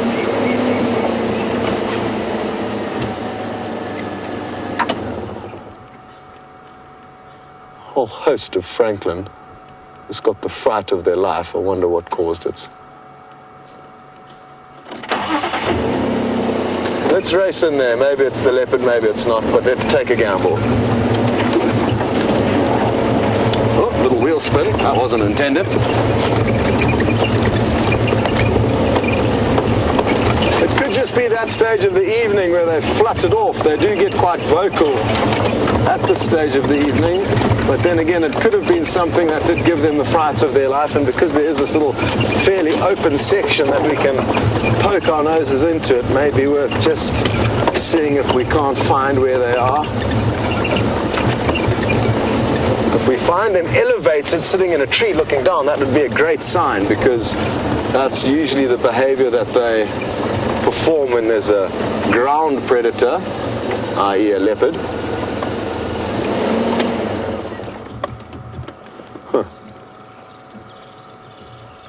Whereas if they stay on the ground, then that's usually a good indicator that it is a aerial predator that's giving them a hard time. Huh. Well, everything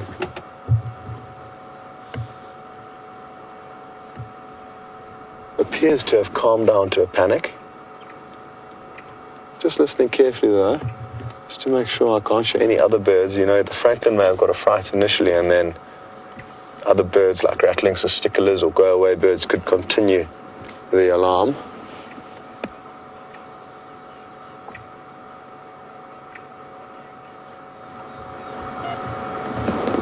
Just such a beautiful evening. Let's keep on taking a look at what's going on to the west there. The clouds are getting illuminated, that light orange, beautiful scenes.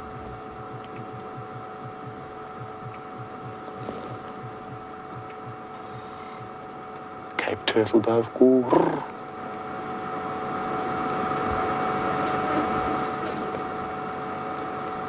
But definitely no more panic that I can hear regarding any of the species that will alarm call. So let's stick with the initial plan, which was to head back up to quarantine, which is a large open area where we'll hopefully be able to get you the last few moments of the sunset. And while we race across there, we are going to send you back to James. Now, I don't know what to say. I was told that Scott was tracking a leopard and describing the sunset and showing it to you at the same time. We can't see the sun from where we are. Oh, yes, we can. Oh, yes, we can. We can see it there. Rondre, show everyone the sun, quickly, before they don't believe I can find anything. There, I found the sun. Phew. Kirsten says Scott's was better. Kirsten is going to find the grey tree frog that we found in the bathroom today in her pillow this evening. Now I can hear the massing. I'm really getting it in the neck today. Sorry, the grey tree frog that Nikki found in the bathroom today. But what I can hear, I might trouble the... All the viewers said it's... turn up my audio. 2.2 to get pounds. The massing of the European. Beautiful indeed. And Micah thinking about going home. Back to Europe, where it is that they also breed much like the swallows. And I think they will leave at a similar time, maybe a little bit later, maybe a few weeks later. And I think I'm going to sit just right here until the sun dips down below the horizon. Just turn this game drive radio off. There you can hear them. Chip, chip, chip, chip, chip, chip, chip, chip, chip, chip, chip, chip.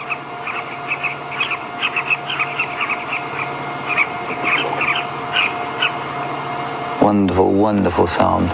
It's always made me feel attached to the wilderness, the European bee-eater, because we used to find them in Johannesburg as well. And so when I was sort of feeling down and I went for a walk along the sort of dirty river that they had there, quite a nice green belt though, the bee-eaters would mass on the telegraph poles, and it was just lovely to have them there. A nice connection to the wild, as is that incredible sunset. Right, on we go.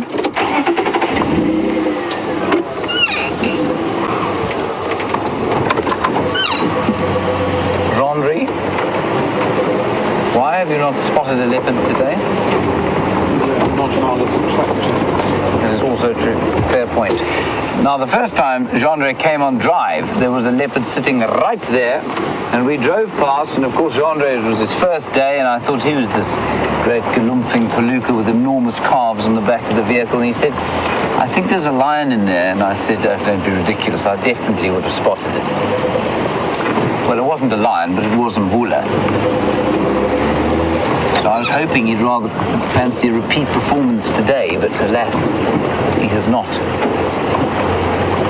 Perhaps there is still time. No alarm calls this side of the reserve. And interestingly, you know, Buffelshoek Dam was a focal point for a long time. When the beginning of the drought came, it was the only kind of natural, well, semi-natural waterhole that had water in it, unpumped waterhole. And then it dried out completely for the first time, I think, in 20 years. And now nothing has come to drink there. I haven't seen anything come down to drink. Just a few birds have returned, but not much else has come back there.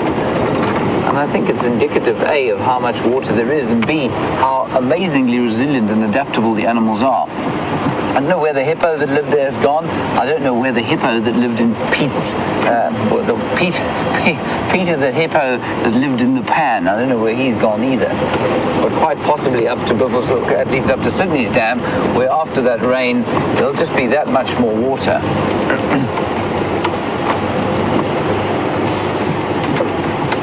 And Marianne in Arkansas, a good question. I don't know where the hyenas have gone. They may well be still in their normal den. I just haven't been to look this afternoon. But I'll make an effort to try and go around there tomorrow morning, and we'll see what's happening there. So for those of you who don't know, we did go and check this morning, and there was absolutely nothing going on. Then we checked all the other den sites that we know of, and there's one on Aubrey's Road, which is a very small and sort of unsalubrious neighborhood. There are no nice shady trees over it or anything like that, and there's definitely not space for all of them in there. And there was a lot of hyena track around the place and a fresh bone, so maybe a few of the youngsters have been moved in there. I'm not sure, but we'll unravel the mystery of the hyenas fairly soon, and we will certainly try and do that. But the area in which they live is very full of deep drainage lines, so it sometimes takes us a little while in order to get in there and have a proper look. I'm not convinced they've moved. I just think that after it was A, starting to smell, B, the lions came round there and a lioness stuck her head right into one of the holes, and then C, they had that big conflict with the wild dogs, which I think would probably have unsettled them slightly, even though they caused it, of course. And then there were two youngsters around about where that leopard kill was this morning. Well, one youngster and one adult, probably Pretty, and then they headed off. Pretty didn't head off towards the den site. She moved off in a slightly different direction. So I don't know. We will find out, and that's the great and exciting thing about what we do out here, is that we learn all the time, and B, the mysteries of the wilderness continue to confound us.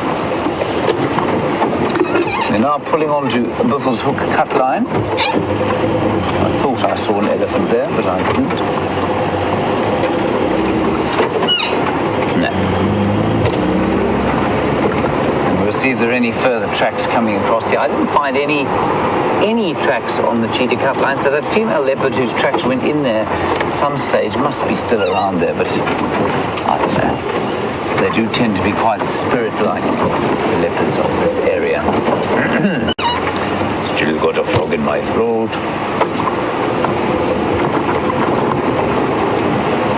Just check something quickly. All right, on we go. The sun is now set, of course, which means we must put on our lighties. And what I'm going to do is do one more turn past where that leopard kill is and see if we can't find something there.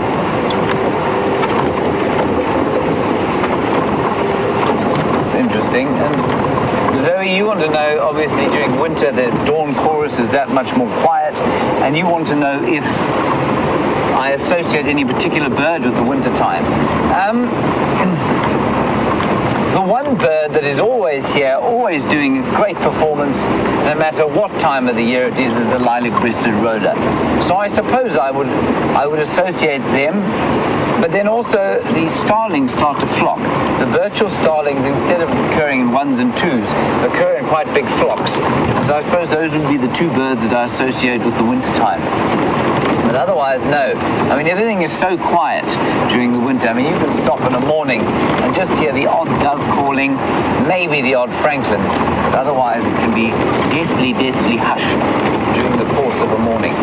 And so one doesn't normally associate birds with the winter here. Excuse me. On the coastal areas you would, of course, because a lot of the birds will migrate in for the winter.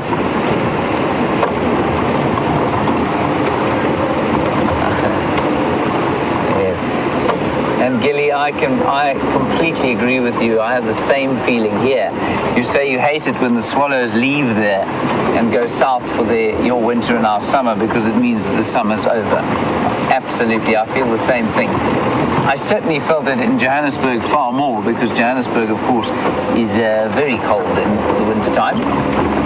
But here, it's really so nice in winter that it doesn't. Nice. It's not as nice as the summertime, but it certainly is very pleasant, and especially after this summer, I think we'll be quite pleased to have some warmth, at least some cooth. I called a lion, or at least I called a buffalo a lion today, so the fact that I've confused warm and cool is not that unusual.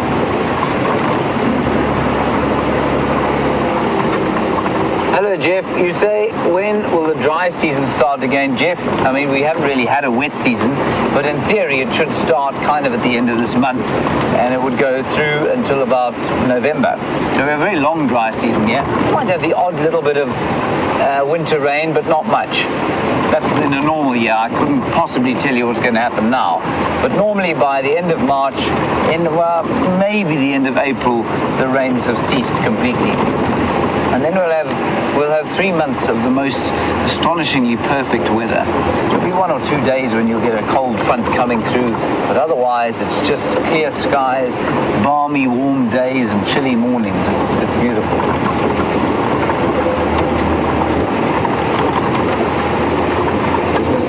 Just all in these puddles. Now, we were asking about why, we have been asked a few times about why we're not seeing, you want this puddle, do you, Chandra?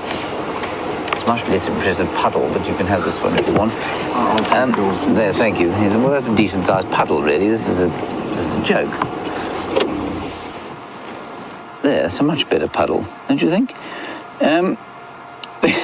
We've been asked why there are no animals at the Djuma Dam pan at the moment. Well, that's why. There's lots of water around the place now. It won't last long unless we have more rain. Within a week, those will all be dry. But that's why The Djuma Dam, the Djuma Dam pan is that's why the Djuma Dam pan is not active. I'm laughing, of course, because I don't know what I've done to cause offence, but I'm getting it in the ear sarcastically from Kirsten, who says, when I've left the high action pan, could we link across to Scott? Over to Scott.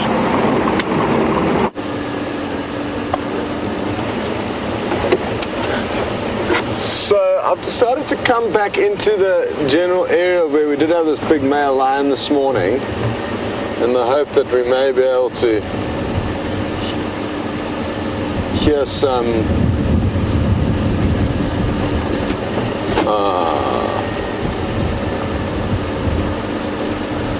no, just did an update saying that there's a lion crossing out of Djuma right this second. Copy that, Johan. Does he have a big scar below his left eye and a wound on his belly?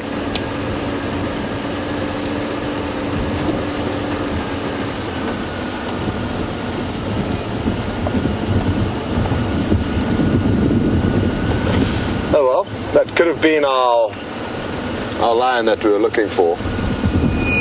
Oh, that's so frustrating. Yeah. Johan's getting back to me now, but he only had a brief glimpse. And he's following some buffalo. Torture. Okay, copy that, Johan. Thank you very much. So,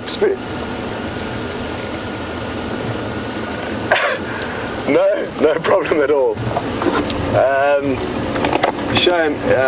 Johan is in the same boat as us. He cannot go any further than our southern boundary. So to wave a sighting like that goodbye is obviously soul-destroying. But there's good reason for the traversing agreements that are in place. It's just sometimes it can be torture. More torture for Johan, I guess, than for us. He's the one who saw the lion, saw the buffalo, and then waved them goodbye. At least we're just cheering about it. But there is good news, and that is that Steph, who's been doing a bushwalk through this area, has bumped into a large breeding herd of buffalo, and they are somewhere just up ahead of us. So let's go and see if we can't find them, and who knows, maybe we'll find some other lion that are following them. It certainly is possible. There was tracks of predators all over the property this morning, both for lion and for leopard. We were only successful, sadly, in locating one of those predators, the big male lion, but there could be others lurking nearby. Let's go and see what's happening over here. The lion were apparently heading towards where we've just come from, somewhere in this quite thick block on the left of the road.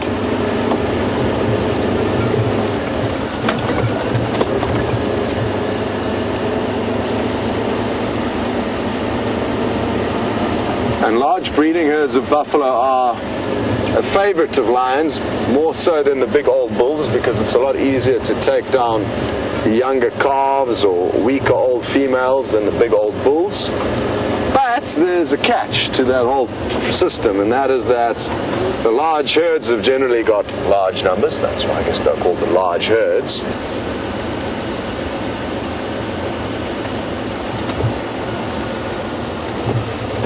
How's the buffalo?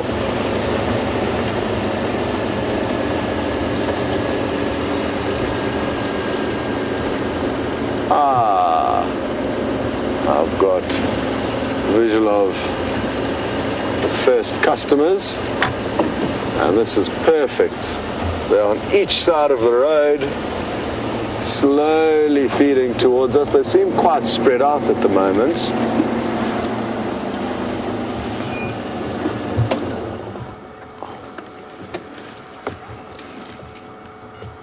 Hello, Joyce in New Hampshire. You would like to know if the Cape buffalo is in any way related to the American bison?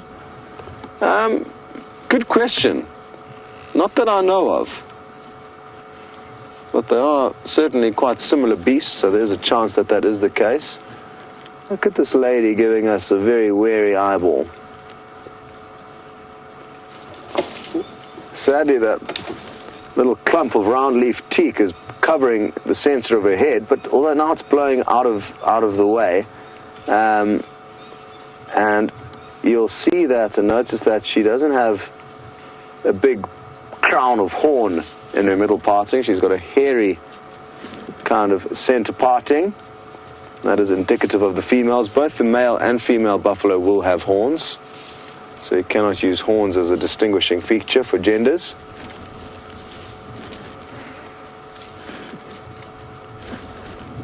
Let's see if we can't get deeper into the herd and get you some better views. Okay, we need to get you across to Joe's quickly. He's got some warthogs. Look, everyone, there's the hind end of a sounder of warthogs disappearing into the bush.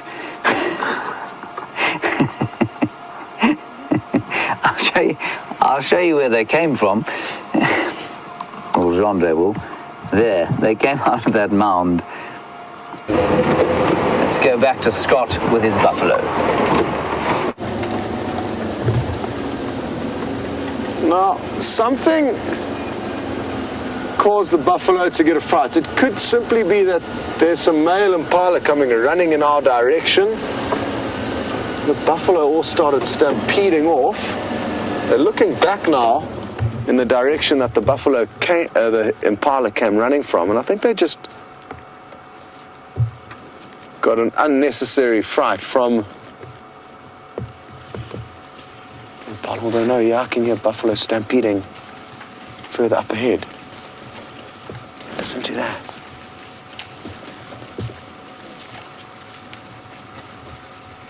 Are there lions nearby?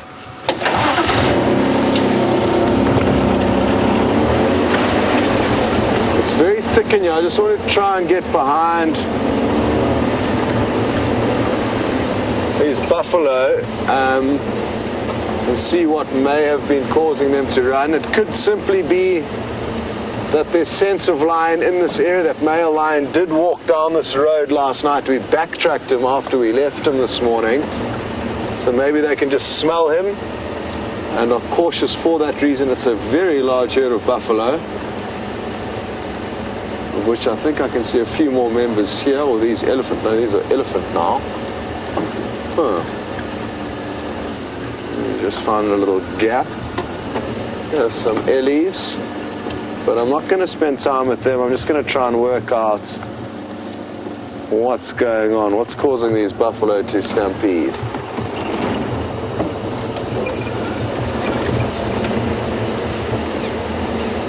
Sparkle Canyon Otter, you would like to know, where is the lioness that was with the male, with James last night? We're not too sure. We don't know where she has gone. We did have tracks of a single lioness on our northern boundary close to Sydney's waterhole that looked to have come into Djuma, but we couldn't work out exactly where she had gone. I'm going to turn around. It's so incredibly thick that I don't want to go crashing through this block in search of whatever has disturbed the buffalo. I've got a feeling that it's just a false alarm.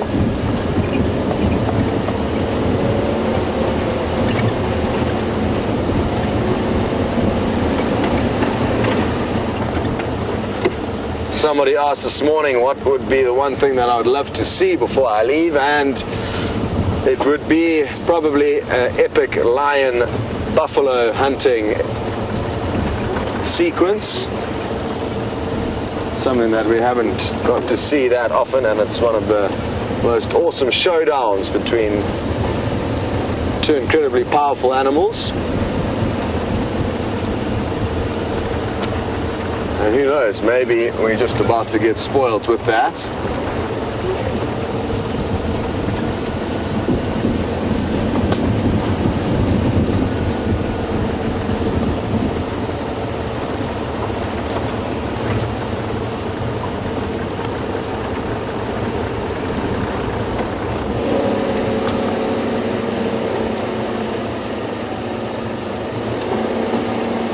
Hello, Gracie, who's just 8 years old, and you have inquired as to what about the tea party that I promised we would have. across at Arethusa. And why don't we do that tomorrow afternoon, Gracie? We'll go and set up something and have a little tea party across at Arethusa. How does that sound? You let me know. And that would be great. But we can definitely do that before I head off.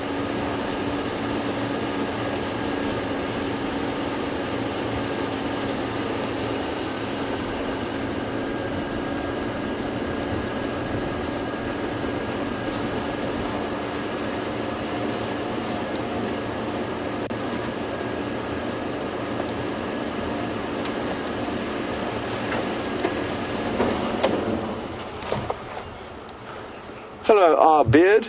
You would like to know if we are going to be doing a fireside chat for Nikki and I's farewell drive on Saturday, and yes, we will. For probably the last half an hour of the safari, we will be around a campfire discussing a few things, maybe showing a few clips.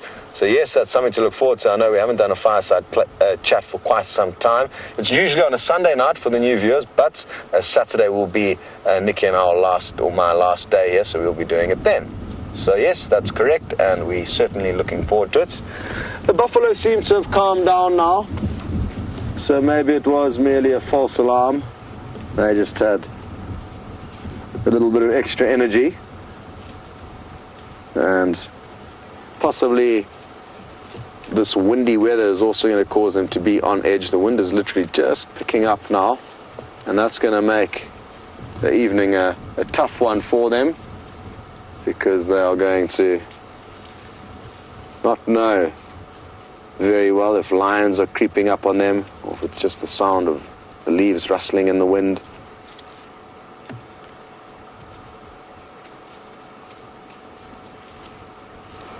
Right, well, as we watch this herd disappear off into the thickets, we are going to be sending you back to James.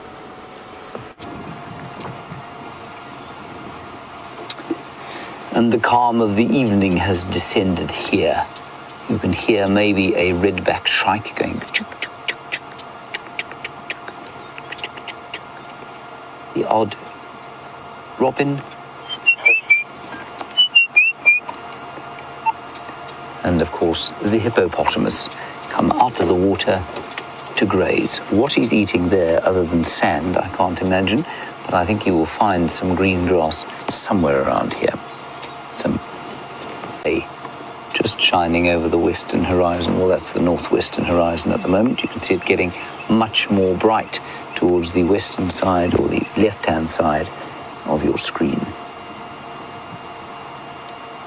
Certainly one of my very favorite times of the day.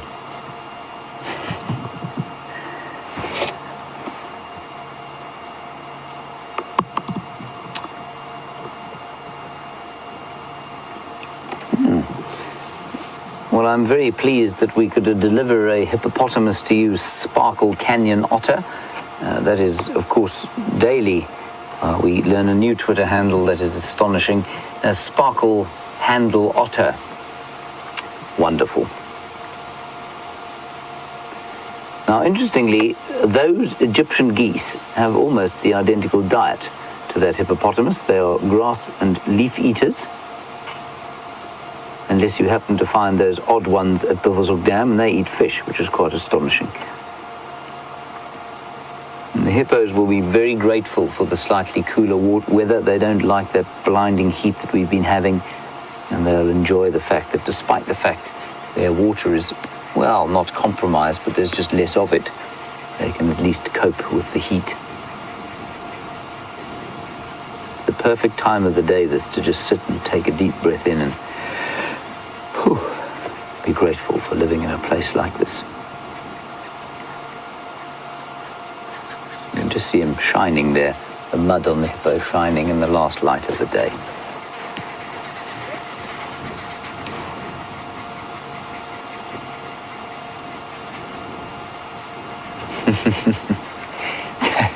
Thank you, Okie in Oklahoma. That makes me feel much better indeed, I must say. You say that we like to see the animals all the time, but you like, and you do too, but you like to come along just for the ride as well.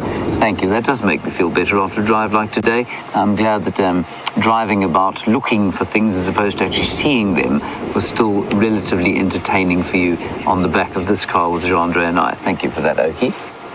Okay, I think we're going to leave the waterhole now and make our way slowly down Aubrey's Road, and the reason for that, of course, is I just want to see if there aren't any hyenas there.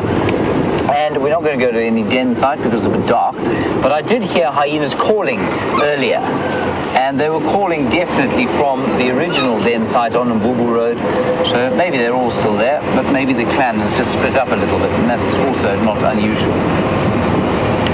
Let us shine the light. Quite a wind coming up out of the southeast, sort of taking away any clouds that there were. There's an exceptional pile of zebra dung there, Jean-Andre, that you missed. I'm most impressed that I managed to find that. It was perfect, perfect pile, and everything arranged symmetrically.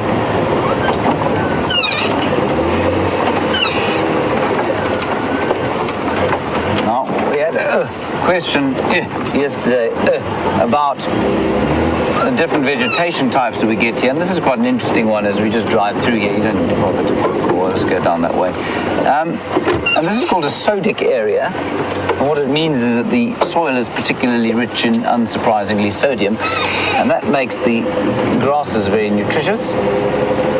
And that's why when there's a little bit of rain and the green stuff comes up, there will be an enormous attention focused on a place like this by the grazing herbivores,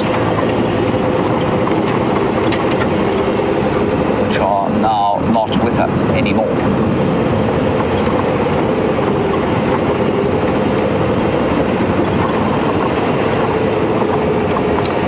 Interesting question from Angela in Boston. You want to know if our senses get heightened during a night drive as compared with a daytime drive. Angela, I think first of all our senses get heightened just by being out here and by trying to look for animals. We listen so carefully all the time. The sense of smell becomes so much more important out here. And then the seeing, of course, you do see things, I think, more acutely than you would if you lived in a city where you don't have to use your eyes quite so much. At night, though, yes, I suppose our ears and our noses perhaps become slightly heightened because obviously we're semi-blind compared with many of the animals out here. I suppose they would. So, I mean, I've certainly noticed when I go to town now, I'm just that much more aware of things around me. And it's funny, you walk into a shopping center, and you've all had this experience, where you'll walk into a shop, but you'll be walking behind somebody and they'll just stop. They'll have absolutely no awareness of what's going on behind them at all, and you'll bump into them or you'll have to quickly avert going around them. And I find, for me, when I go into the shops, I'm constantly looking kind of over my shoulder, as if I'm on a bushwalk, and looking around, sort of keeping my 360-degree awareness, and I find other people don't do the same thing. Well, why should they? They're not generally expecting to be leapt upon while they buy the weekly eggs or underpants. I'm not sure why I chose underpants as an option there, Jean-Andre, because not many people buy them on a weekly basis, do they? Unlike you, I tend to change mine more once a week. Right, okay. Well, that's good. So yes, indeed. Senses do get a little bit heightened during the darkness. All right, we're going to head back to Scott before I say anything else particularly stupid.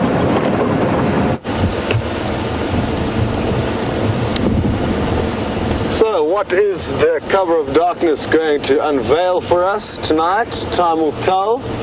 Oh, bush baby.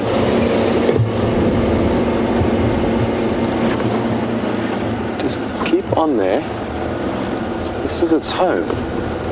And we've just found a bush baby nest, which is incredibly fortunate. Let's just get into a comfortable spot here. Probably there. Okay. In that little fork of the tree there's a hole. And if you just go down a bit. Okay, are you fully zoomed in?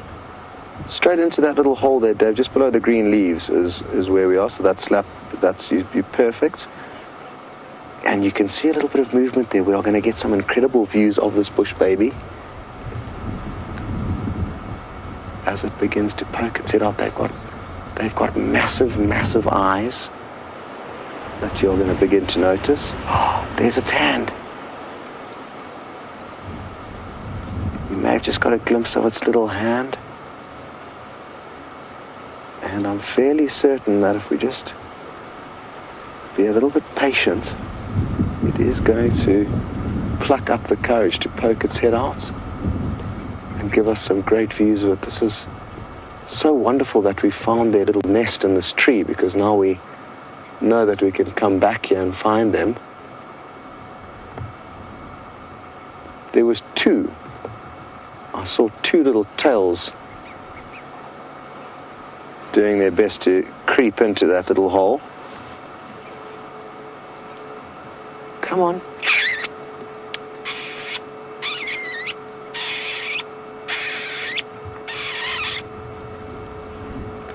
You can see its massive eyeball checking me out as I made that funny squeaking sound. I've once made that noise and had bush babies come bounding through the bushes towards me, but only once. Never again. I tend to keep trying it, hoping that it will happen again. Let's see what happens if we do it one more time.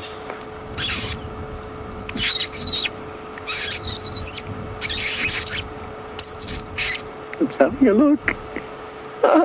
Hello. Hello, you little cutie. For those of you who are new to the Safari Live experience, a bush baby is essentially a nocturnal primate.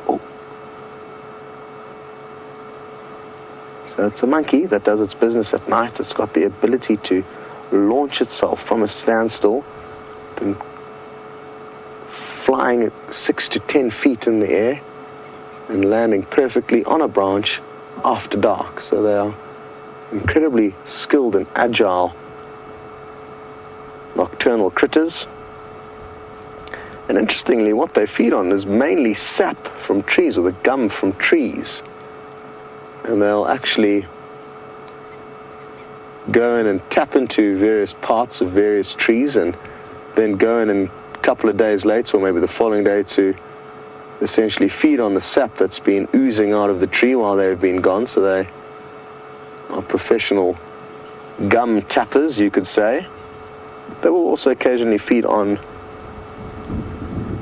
insects, but it's mainly a diet of sap from trees or gum from trees. We do one more squeak and see if we can't get it out.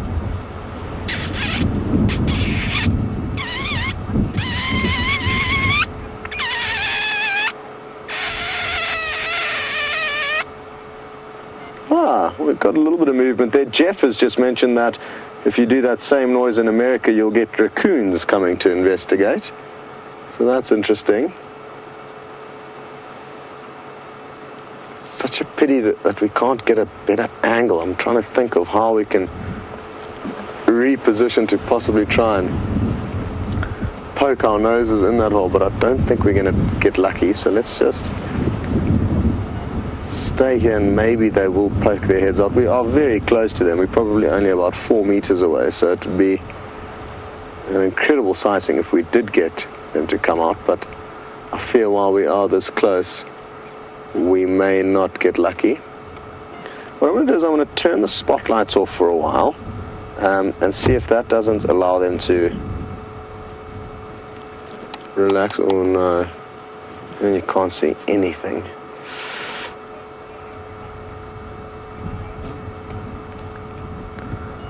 Hello Smiles on Twitter, and you have been fascinated by these interesting little primates and are going to be doing some research as to where exactly they fit in on the whole scale of primates, and that will be interesting. Do let us know what you come up with.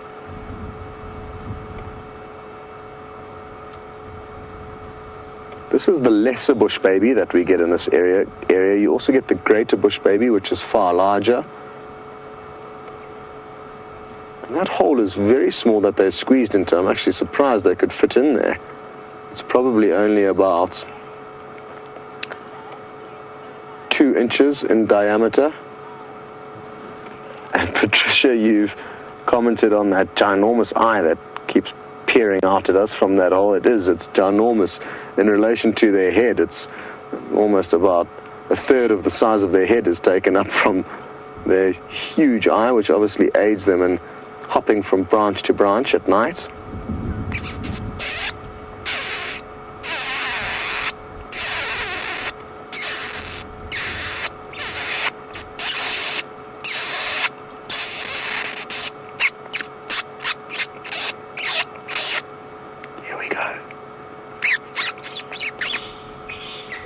So close.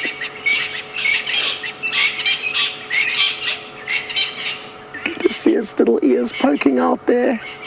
Come on. You will make so many people around the world happy if we just get to see a little bit more of you. Franklin's went absolutely bananas there almost to celebrate our better view of it. What's going on in there?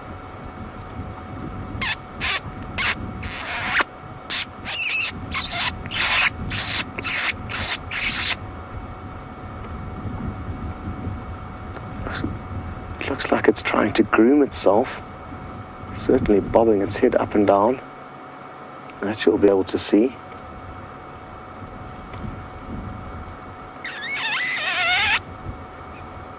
Maybe it's just getting itself ready to come out and do a full reveal. Come on. Come out, come out.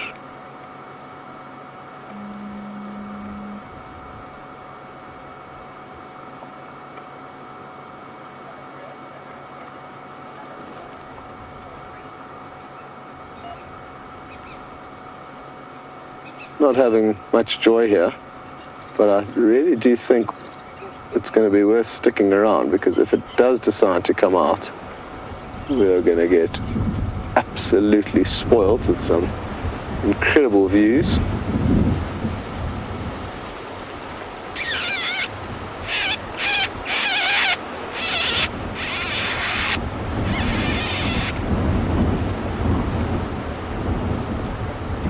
Hello, Pelican Penny in Florida. You asking if the light doesn't hurt the bush baby's eyes. I don't think it hurts their eyes, but it will definitely cause it to squint a little bit and readjust. You can see the way it's looking at us. If it was hurting its eyes, it wouldn't be looking straight at us like that. And you'll also notice, Dave, if you zoom out a little bit, I've got the brightest portion of the light actually above where the hole is. So I'm just casting that kind of periphery light, which isn't as bright, on where the bush baby is. So you can kind of see that I am doing my best to try and just give enough light for us to see, but not put the brightest portion of light on the bush baby.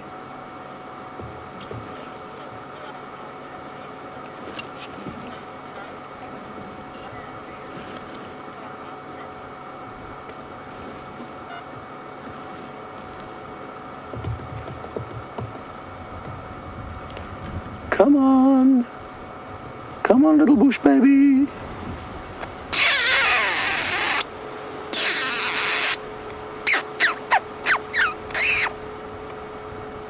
I think it's wizened up to my little squeaking sounds. It's not seeming to pay as much attention to them. Well, I don't think it is going to come out while we are so close. And I'm feeling like our presence here is preventing it getting on with its business, and we don't want to do that, so we're going to say goodbye to this little bush baby. I'll definitely inform the others as to where this tree is, because this is going to be a place worth doing some stakeouts. If this is the only burrow that they live in for the time being, or cavity, we could hopefully come and spend some time here and maybe make them understand that we just want to view them, and they could become a little bit more relaxed with our presence. But for now, I think a lot of you will agree that we should push on and leave the little family of bush babies be. That was really, really awesome though, and glad that we've found one of their homes. Thanks, Dave. Well, that brings us towards the end of the safari, so thank you very, very much to everyone involved. Well done, Dave, on camera, who remained composed during one of the most hair-raising sightings I have ever been involved in with that big elephant bull on 2 occasions. The second one was obviously the most frightening of the 2. And very happy that you guys were there alongside us to experience it and share those memories, because that is not going to happen again anytime soon, I don't think. So awesome stuff, and well done to Kirsty and Nikki and the girls in the final control room. We will all be joining you on the sunrise safari, or you'll be joining us. Either way, we'll all be out in the morning, first thing, to see what's happening. So look forward to that adventure with you. We'll see you all then. Back to James. Oh, it is a blustery night, everyone. The wind is coming out of the southeast at quite a rate now, and the impala are looking terrified. They're coming out onto the clearings here to see if they can see what is going to try and eat them during the course of the night. There was a leopard heading in this direction. Those are the tracks that Scott had, and I'm sure that's we saw you with him just down the other side of quarantine clearings. What I'm going to do is just head towards the Djuma Dam pan. I don't know if it's actually the camera's working. Is it working, Kirsten?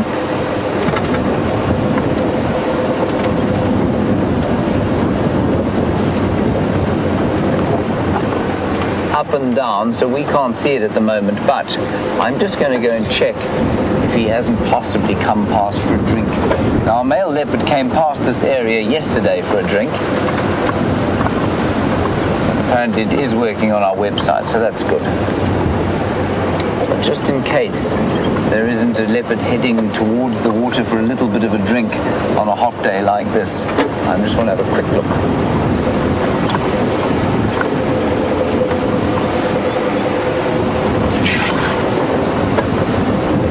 So this wind is lovely. I mean, there's a really nice temperature at the moment.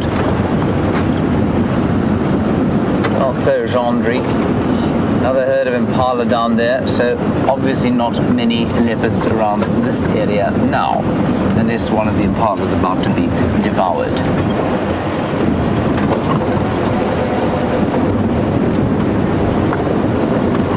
Just quickly have a look here. We've only got about 20 seconds left, so I will just quickly say thank you to all of you once again. Wonderful discussions that we had. Especially enjoyed those kids today. Wasn't it great to talk to them today? And a big thanks to Jean Gray on the camera today. Well done, Jean Gray. Scott, of course, with David. I'm glad they're okay.